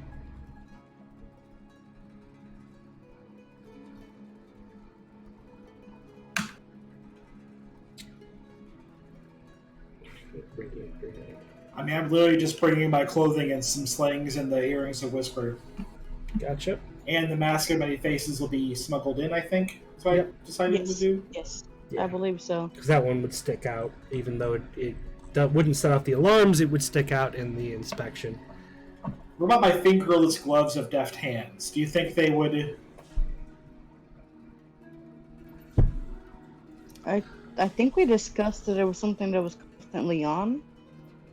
No, the gloves of deft hands, those, although they have to be They're attuned, on They are attuned, yeah. Okay. But they're not on constantly. You have to activate them. So I again, don't know some, if something like that would be like a visual inspection. They'd be like, "What the fuck are with those gloves?" no, they look over them. Of course, they don't notice anything off about them. They just say, "Nice gloves," and toss them back into the case. Any of you have any magical abilities? You need to disclose them now. Fuck. Huntsman, we know you do, but unfortunately, the type I'm of, going. Is it just the one person, or is there multiple people in the room? there's three. There's the commander. There's one other guard, and the one that's actually inspecting the trunks. I'm going to say. If you have I'm any gonna say magical I'll- abilities. I'm going to say I'll disclose this, and I'll swing on him. Roll for attack. What the fuck, Malcolm? What do I add to that? Strength for Yep. a punch. Yep. So 19 to hit. 19 to hit. I'll say that's enough, especially since you're taking them off guard. Roll 1d4, I think is unarmed attack. Oh, I'm gonna roll it in Google Chrome because I don't have D4. Oh wait, no, it's right now. 7 for some reason. Oh wait, no, that's Mira. Sorry.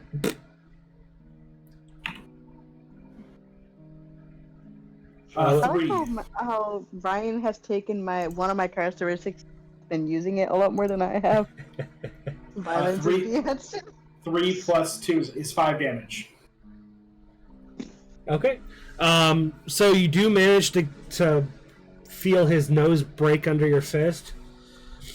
I'm gonna use Eyes of the Grave. Eyes of the Grave. Yep. Okay. There is. Is it a bonus action? It's on any successful hit. Or no, not Eyes of the Grave. I meant Grave Digger. Grave. Okay. He said to disclose any magical abilities we have, so I'm disclosing it. Well, this went a different direction. All right, so it's dexterity saving throw, right? Yeah, DC 8 plus my proficiency bonus plus my wisdom modifier. So, D8 plus 12 plus 4 is 12 plus my wisdom is another 4, so 16. Natural 19. Oh, he actually survived it. I'm sure he can feel like what was going to happen if he didn't. Oh, and in fact, you see the ground open up underneath him, but he manages to sidestep instead of falling into it, and it closes without him going in. His blood is running down, his face is completely covering his mouth, but at this point, let's see here.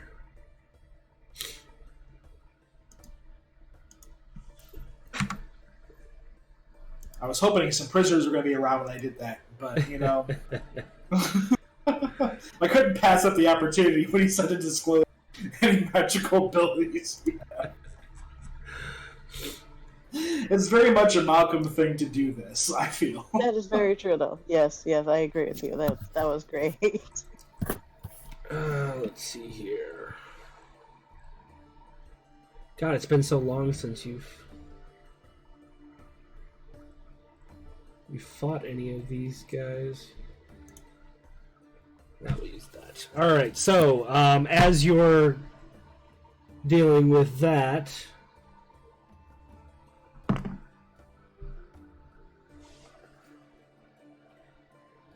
$13 to hit. That does not hit me. Wow. Wait, what? And Even that's without your his armor? That's without What's his that? armor. 19 That's plus without 3. his fucking armor. 23 to hit doesn't hit? What did I say? Oh, I thought he said He 13. said 13. Sorry. Bad at math, apparently. 19 plus 3, so that's 20. Oh, 22 hits. 22 hits. Okay.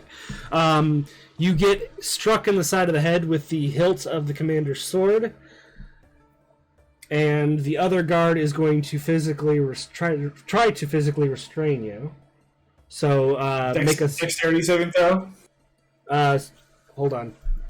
Grapple should Or grapple is strength. Yeah. Yeah, strength saving throw.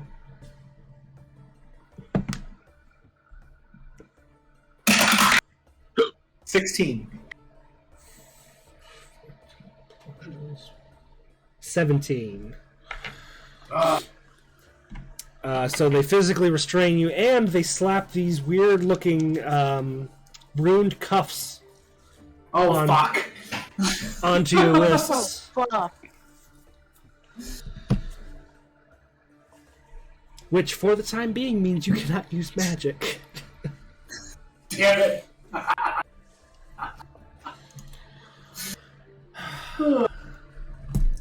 I'm lucky it's I'm okay. gonna- I can only master the magical energy you do that once a day anyway, so.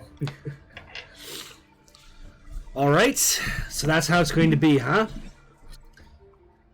Anybody else? I just have Misty Step. Do you admit that We're out gonna loud? cuff you too. Don't say it. It's up to you, Echo. Do you say that out loud?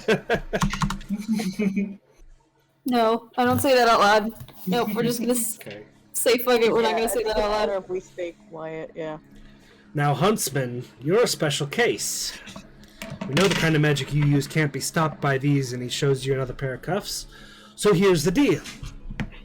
We catch you using any of that nature magic shit in this prison, we shoot on sight.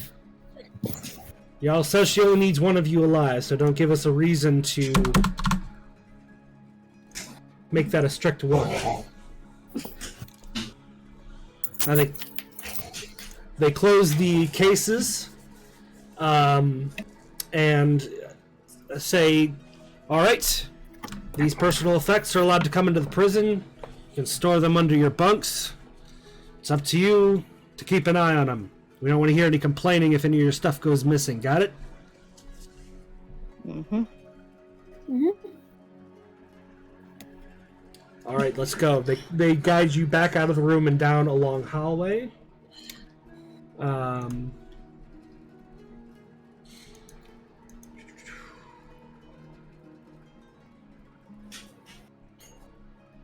You were brought past several more doors, one of which is hanging open, looks like a kind of lounge area for some of the guards. One that appears to be lower rank than the commander, but higher than an average guard. Bald-headed human man. Looks through as you guys pass, and I'd say at the very least, Echo will notice that he takes a very hard, long look at Mira as she passes by, sizing her up. Ah, come on. No. Mm.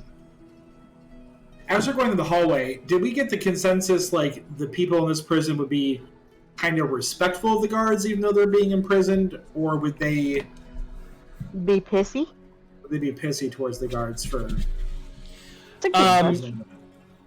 From what Sebastian was able to glean, there's mixed emotions, and some lean more one way or the other. Some think they're scum for deserting. Some sympathize with what, you know. I mean, how do the prisoners feel towards the guards? Because the prisoners are military themselves, with the military Exactly. guarding them. That's what So I wonder. how do the prisoners feel towards them? Also mixed. I mean, there's the groups. You're told that accept the fact that what they're being punished for, essentially, and they don't hold any ill will towards their guards necessarily. And then there's those that, as soon as they were thrown in the prison, pretty much turned into animals, and all military decorum has gone out the window. But the ones we want to probably get on our side are the ones that are more indifferent towards the guards, correct? Right. I mean, you know, the ones Okay. that deserted on a matter of principle. I was just trying to figure out if I wanted to headbutt the guy that I broke the nose of already as he was putting me in the cell. in front of her. Oh So- no. He does not actually end up going with you. A small group of guards goes along with you. The guy that was checking the chests, he's just administration, essentially. Well, I was trying to figure out if I wanted to break somebody else's nose as they were putting me in the jail cell. All right. Well, you guys are marched down this hallway. Near the end, you see a staircase that goes off to the right and down. Malcolm, you were informed that somewhere down that staircase is where all of the spare weapons are kept, the ones that are designed not to set off the alarms for the prison, the magic one. They told you that there are excess ones stored, so they don't have to keep enchanting new ones and bringing them in when old ones get blunted or broken. Gotcha. So if we needed weapons, that'd be the way for us to go. That'd be one option. Yep. Okay. The good thing about Malcolm, he does enjoy his guns very much, but he's proficient in pretty much about anything. Yep. Let's see. Echo notices. Oh, yep. The one sizing up Mira. And finally, you're brought to a door that leads out of the building, and then through a barred door that lets you all the way into the opening of the mesa. And let's change this from the city to.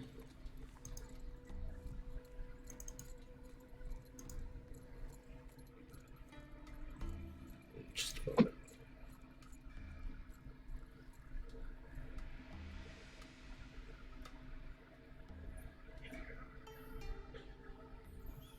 Here it is.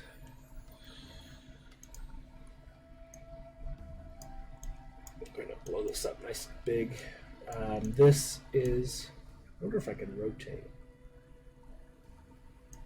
I don't think there's an option to rotate.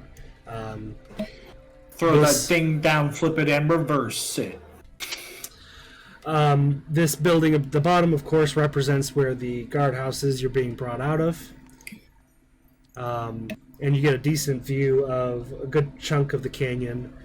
This crevice in the mesa is the size of a small city. And you can see dotted along the walls. Actually, how about I just read from the notes instead of improvising here? It is a large, multi-horseshoe-shaped canyon that seemed to have naturally formed in the mesa. Though very large and open, you can see most of the canyon as you step out of the gatehouse. At irregular intervals along the wall, there are alcoves where you can see bars and candlelight within. Some of these alcoves are at 2 and sometimes 3 stories above the canyon surface. Near each cluster of alcoves, there is a small wooden structure with open sides, like a kind of almost like a park shelter.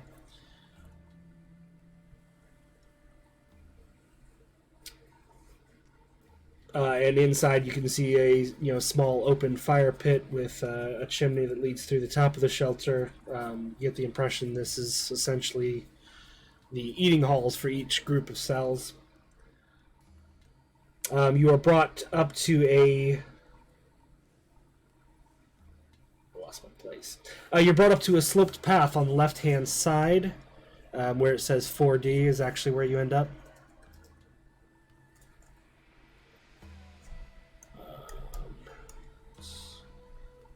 Malcolm, as you pass this formation in the center here, you see these very small, wide but short gap under the rock formation. And you know that crawling down that space will bring you to the magic chest where some of your items will be able to be smuggled in.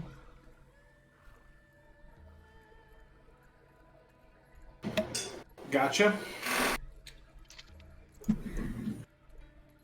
Oh, let me change my background. I did unfreeze my camera too, but I don't know if see if refreshed on your end. Yep. All right, so you're walked up to this sloped path up to like a second-story equivalent alcove and brought deep within.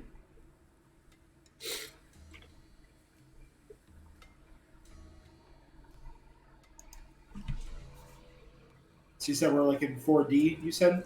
Yep.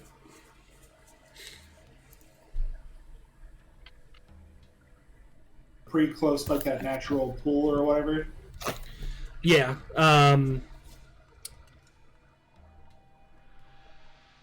Figured this out. I'll have to look at it again. I had it figured out what like the walking distances are between various things, but you should be, in theory, be able to walk from one end of the prison to the other in about 10 minutes, probably. What are the different stars symbols? The stars are kind of outposts within the canyon, small guard towers, essentially, where small separate groups of guards are kept so they can respond to incidents within the prison faster. As you walk through the canyon, you also you tend to look up occasionally, and you can see on the upper edge of the canyon, there are also archers looking down on the prison floor. But those towers are for more immediate response from guards, so they can be closer to the different groups of prisoners. How tall are the towers? Like could you have a conversation with some of the guards or something if... You'd have to talk pretty loudly, but yes, you could shout up and down. Yeah, kind of defeats the purpose of subterfuge. And mind you, they're not just like a guard tower with like two guys standing at the top, although they do have people watching from the top of the towers. The structures are big enough to hold, you guess, probably about 10 to 15 guards apiece. Okay. And again, like I said, part of the purpose is so that if something does happen in the prison that they need to respond to immediately, they don't have to come all the way from the gatehouse to get there. And there seems to be one around each clustered area of cell blocks. Okay. Well, I'm just trying to figure out because if there's if part of our mission here is to also turn some of the guards to our cause to get us out safely, then I'll need to put in some work at these guard towers, probably talking to people. Yep. Well, you do notice that besides the group that is escorting you, there are also other patrols that occasionally roll through. So there will be opportunities to interact with some of the guards on occasion. Okay. Anyway, so you're brought into this alcove, brought deep within, and you see there are 4 large cages with about 6 beds apiece. Currently most sparsely populated. It's still midday, and most of the prisoners are out and about.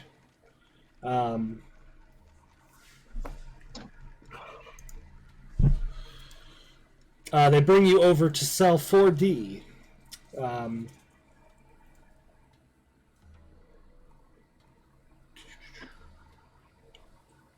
4 represents the entire cluster of alcoves, and D represents the cell within.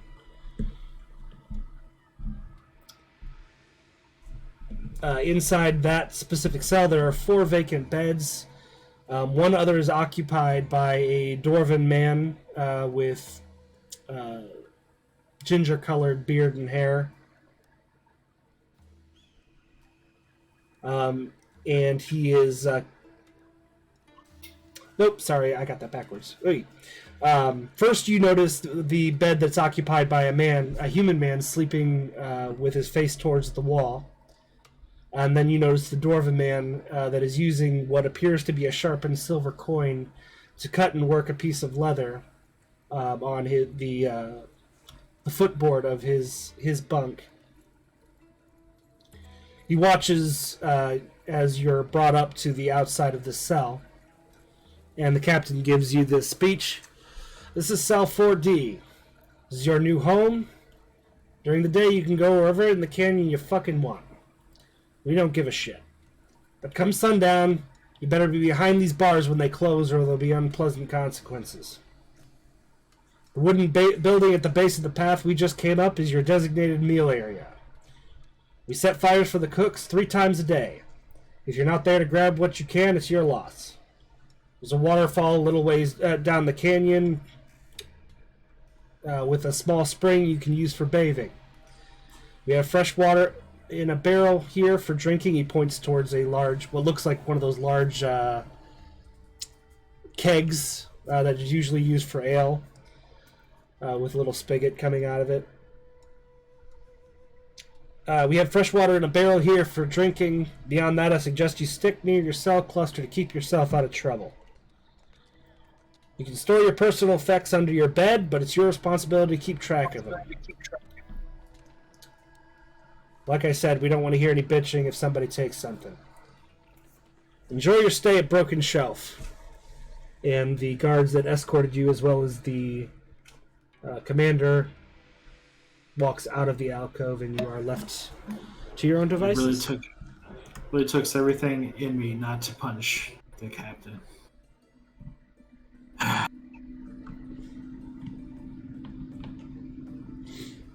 Malcolm doesn't deal with authority very well. Yeah. All right, so you are now standing outside of this large cell with the 6 beds. What would you like to do?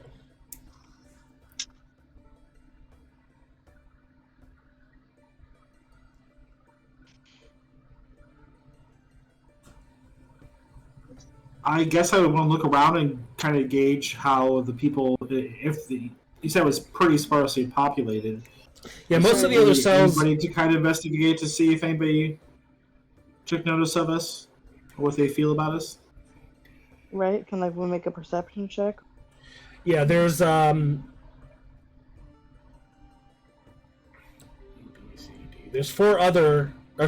other large cells with the 6-bed configuration.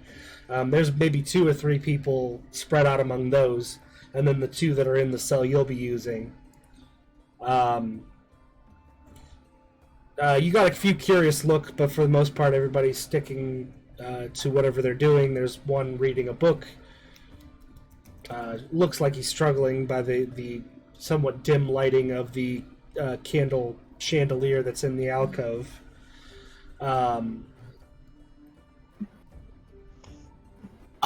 Is there? Am I able to catch a glimpse of what the title of the book is that he's reading? It appears not to have an intact cover. It looks like it was a hardcover book that it's been ripped off. You can't quite tell what it is. But besides that, there's one guy reading a book. There's another one sleeping in another cell. Not really anybody noticing us here. Yeah.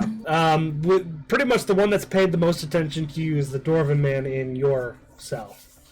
But once the speech was over, he kind of went back to what he's doing. He's still trying to cut this piece of leather with the sharpened silver coin.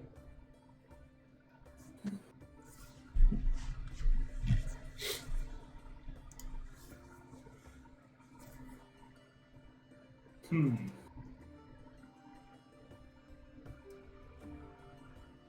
trying to think here.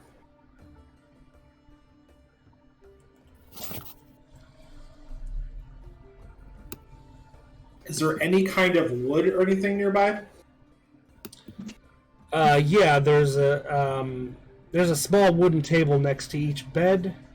There's of course the barrel, the water barrel. I'm thinking like a smaller piece of wood to use as like a handle for like a small tool.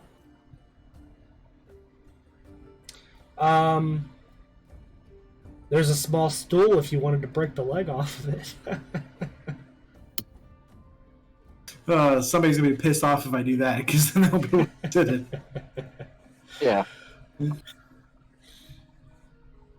For the most part, the only wood is being used for the beds, the stools, the tables. This is a natural rock formation for the most part, and the only wood there is what's been brought in the. Can I splinter off a piece of my chest? Possibly. To break off a piece of my chest that would be usable for like a handle for a small tool.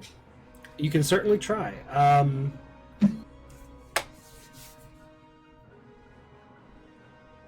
I'd like to try it. Let's call that. Well, we'll call it a tinker check. You don't have the tools with you, but So the dexterity, yeah. it's a 20. Total. Yep, that'll do. You managed to break off a piece of the chest that holds your personal possessions. I'm going to take one of the slings and break and pull out the leather or string, whatever that is attached to it, and walk over to the dwarf and ask for the coin he's using. And I'd like to make like a small leather working tool for him to make it easier for him to cut the leather with that. Okay, roll a persuasion check.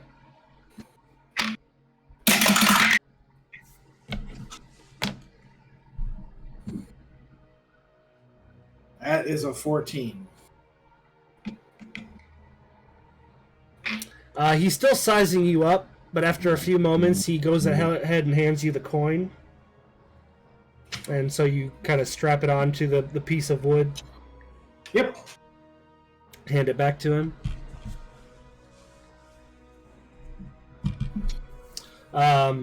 He still, again, he has not stopped sizing you up since you came in. He's got this very distrusting and weary look on his face, but he says, "Thanks." And he continues cutting into the leather.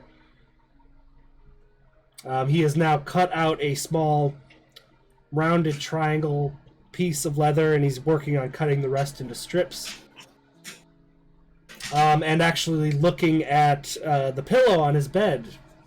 There was a leather case on it. You can see he's cut this piece of leather out of his own pillow. Okay.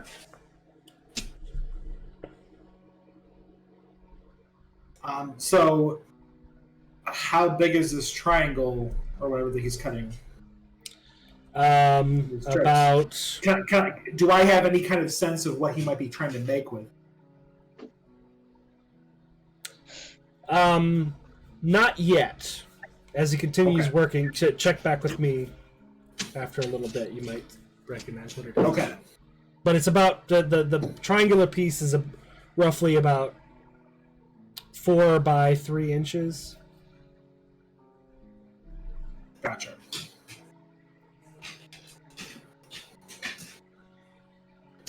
Well, that's all I have right this second. Anybody else? Anybody else want to take turns and jump in and do anything? I'd like to talk to him and ask him his name. Okay.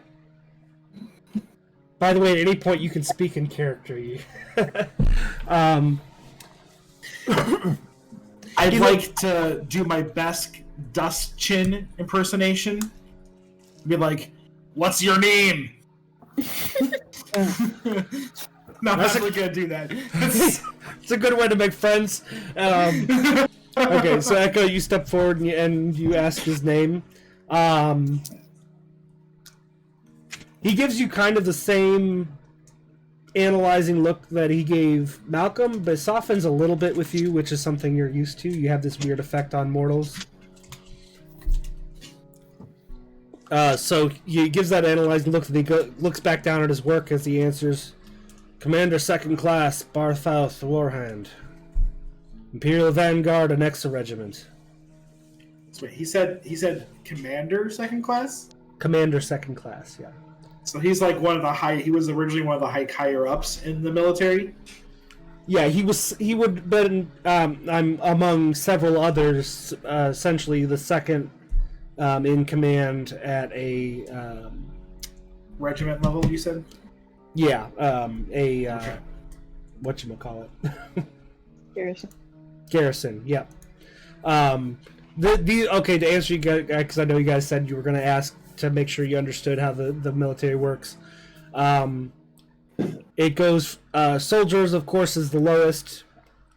Lieutenant trains and commands specific disciplines within a unit, leads them into battle. So each smaller unit would have infantry and cavalry and archers. There'd be a lieutenant over each of those disciplines.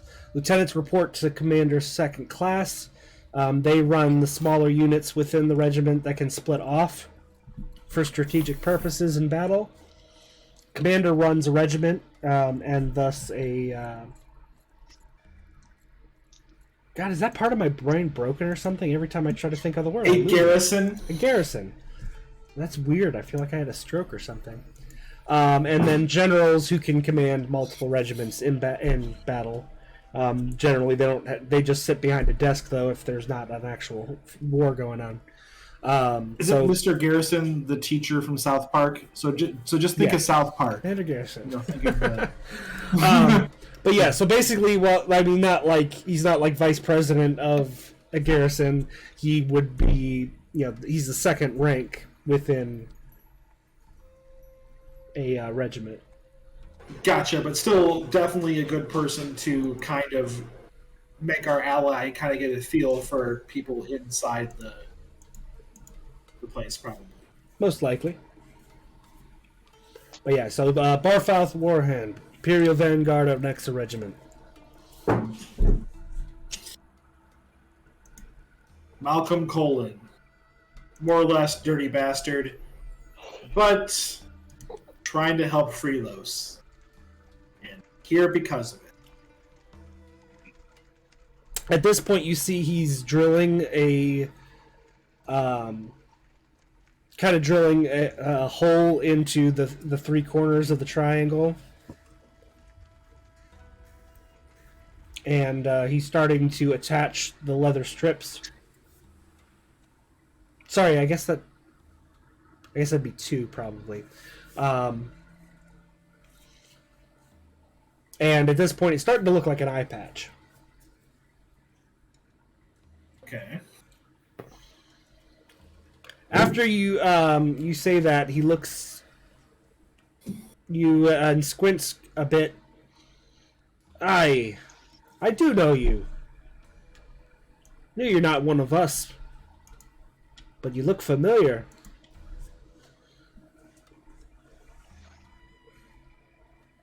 Would I have a sense of where I might know him from? Was he one of the guards that I gave the gun plans to back in the day? After a moment, he seems to make the connection. Let's see. That's Back right. like session You walked up to our garrison back in Anexa. Gave Vignis the plans for that gun. That would be me. Scared the shit out of all of us. And he goes back to his work. I probably did give you guys a bit of a scare, but I also felt like giving you guys those plans would be what was best for next step. Well, wasn't what was best for Vignis. Do I know what happened to Vignis?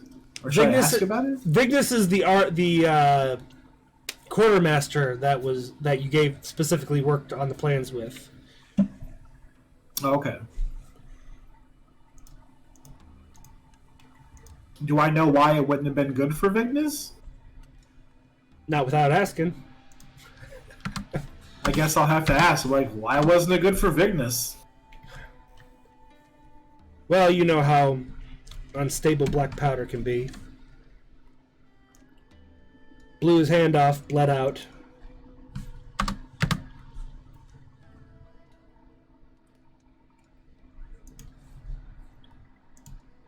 Sounds like he would. Trying to think of a good joke, or if this guy would even appreciate a good joke.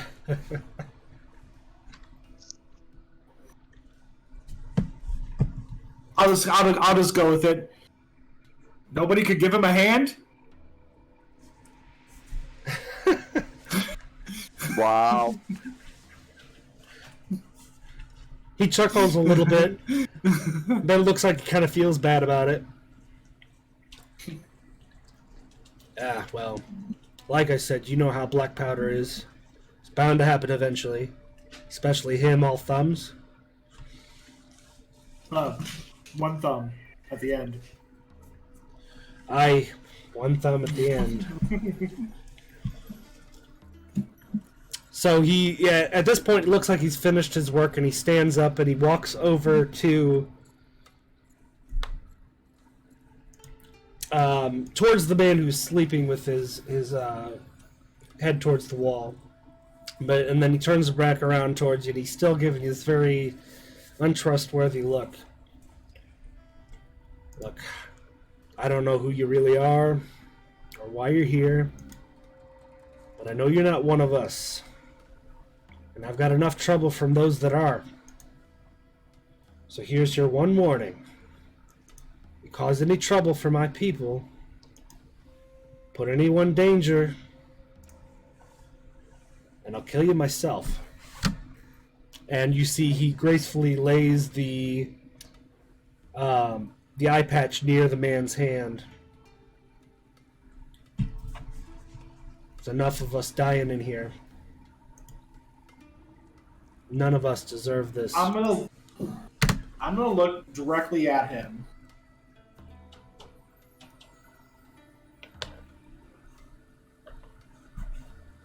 Can I do an insight check to see if he's like on the up and up, like if he really is like wanting to look after the people in here? Yeah, roll an insight check.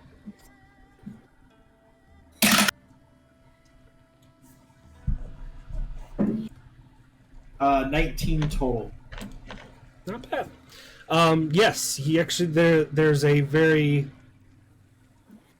familial concern about the way he speaks and the way he looks, and you're piecing together now the look that he gave you when you first came in, when he looked at the other people that were in the cell.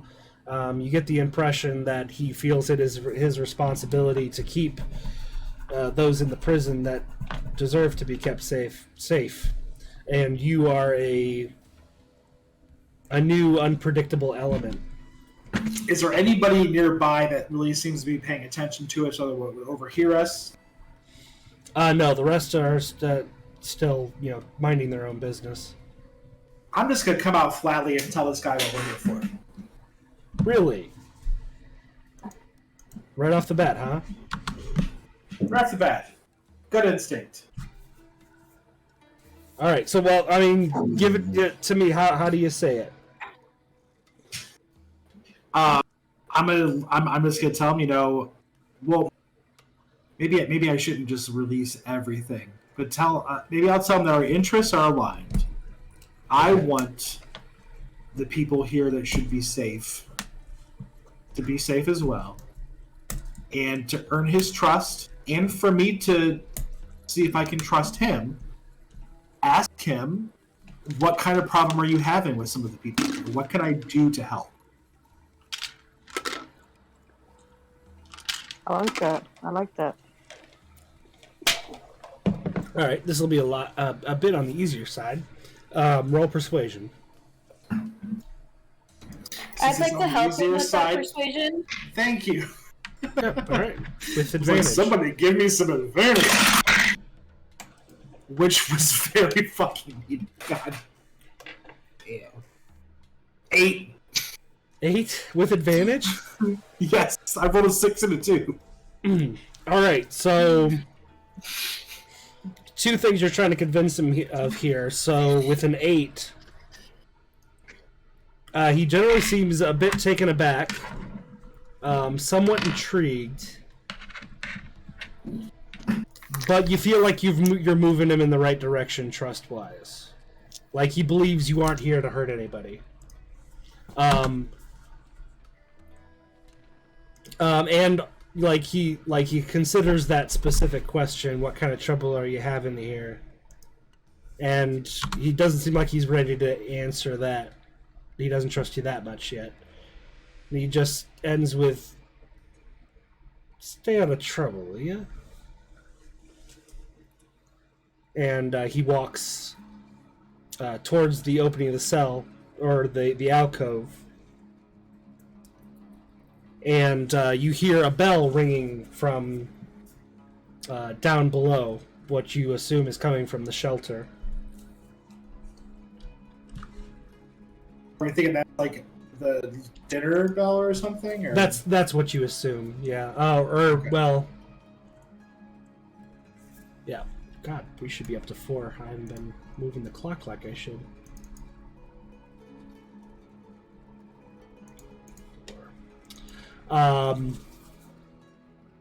So yeah, 4 p.m. is dinner. So you walk down to the shelter? I would say yeah. Yeah. Yeah. I'll follow. That chocolate cake is wearing off me. So Yeah, it's been 4 hours. I don't know why I didn't advance the clock for it, but all right. So That grape juice wore off before it even started. what's that? I said that grape juice wore off before it even started. Yep. So as you go down, you see people gathering both from the canyon floor, as well as from the other alcoves in your cluster. And I did the math on how many. I think it's about 30 people-ish should be in your immediate area. I meant to make a joke too about Echo. Hi, I'm Echo. Mortals love me.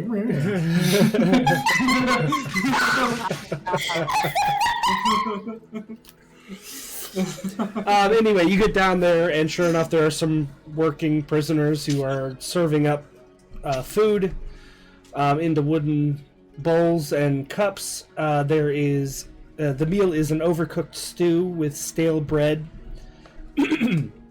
and tepid water.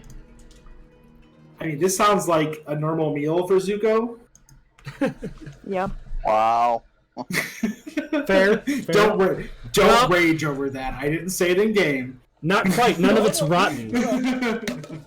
None of it's rotten, so it's not quite what he's used to. Damn, the DM going for gross. You remember when you guys broke... Zuko eats like Yeah, anything. almost at the edge deer jerky and cheese from his bag all the time is what I feel like. Yeah. Oh, you guys remember when you broke into that house and he ended up in the kitchen and you guys didn't realize it had been empty for like a week or so? And he started eating leftover dinner. It just been sitting in room temperature for all that time. Alright, so anyway, during the meal, like I said, once everybody's been gathered and you're eating your food, you notice a group of 5 people wander in from across the canyon, a little bit later than everyone else. They ignore most of the people there and head straight for this short, young human man. Looks like he's barely strong enough to yet wear metal armor. And you hear this. The leader of this group of 5 calls out to him, Jonas. This man is a tan-skinned human with no facial hair, very closely shaved head that gleams in the sunlight. Jonas, it's that time again. 6 p.m. tonight, we got another shipment coming in. And I don't want you leaving puddles of piss in that gatehouse that Bailey has to clean up and explain later. You hear me? Jonas is shaking like a leaf. So sorry, who's Jonas? Jonas is this scrawny young kid who looks like he practically just joined up before this all went down. Are these guards that are picking on him? What's that? Oh no, it's 5 other prisoners who came from elsewhere. It doesn't appear that they're part of your cluster. About the dwarf that we were with. What's does that? he seem to regard these guys in high favor at all? No, he actually, as soon as they approach, as soon as he notices that they're approaching, he is out of his seat, and he fails to get to Jonas before they start this conversation. I walked right up to Jonas and looked this guy in the eye. Why the hell did you just do what I was gonna do? I was gonna do the same thing. Get out I of was my about head. to do the same thing as well. Get out of my head. Damn. Barmouth actually gets there just about the same time, and he's the first to speak. He's a little confused seeing you standing next to him, but he continues, "Enough, Guillermo. Can't you see he's not out for cut out for your bullshit? Find someone else to play lookout for you, or better yet, get Bailey in to get his own comrades to help you smuggle drugs in here, since he thinks this is such a bright idea." See, I was gonna full on walk up and be like the bartender from Boondock Saints. Yeah. Why don't you make like a leaf and get the fuck out of here? Nice. Guillermo looks Barmouth directly in the eye and kind of picks Jonas up by the back of his shirt without actually looking at him. Barfouth, sorry, I don't know why I mispronounced his name. He says, "This is my property, and I'll do with him whatever I damn well please. You're not in charge anymore, Barfmouth." Put him down. I am just going to. I really don't like assholes, except for Neither do myself. I. Put him down. I am going to push him back and look him straight in the eye and tell him people aren't property to begin with. All right. 2, you heard the man.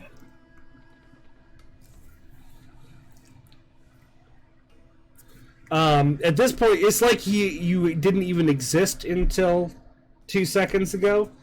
You push him back, and his group kind of circles up, and he gives you an incredulous look, like, "Who the fuck do you think you are?" And he looks you up and down, and who exactly are you? I'm Malcolm Colin and your worst fucking nightmare. Yeah, bitch. This shocks the group and everybody else at the shelter. And Guillermo kind of chuckles, looks around. He's like, "All right, I like it, feisty. Well, welcome to Broken Shelf. Glad you're here. Sorry your stay's gonna be so short, but you just made a bad mistake." And that is where we're gonna end before we roll Oh, initiative. no! I wanted to make one more line before we end. Okay, go for it. One more line. The only mistake was your mom not swallowing you. All right, and that will bring us to the end of our session. When we come back, we will have our first unarmored, no weapons throwdown, and see where this goes and what Guillermo's story is here. So, we will be back on the. Hold on. We will be back on, what did I say? April 8th. And we will see where that goes and what other kind of trouble the regulators get into here in Broken Shelf Prison. That gives me a month to look up armed combat. Yeah, you're going to have to get creative. It'll be interesting. So, thank you everybody who stopped in to watch, or anybody watching this on VOD. Appreciate it as always. We had a lot of fun tonight. We will see you in April. In the meantime, don't forget to tune in on Monday at 8 p.m. Eastern for 90s Night. Hopefully we'll be able to finish up Super Mario RPG. And I'm really hoping on Wednesday I'm going to be able to play Destroy All Humans. Looking forward to that. I love the PS2 version, and I'm told it's a faithful remake, so we'll see. But that is it for us tonight. Everybody have a good night.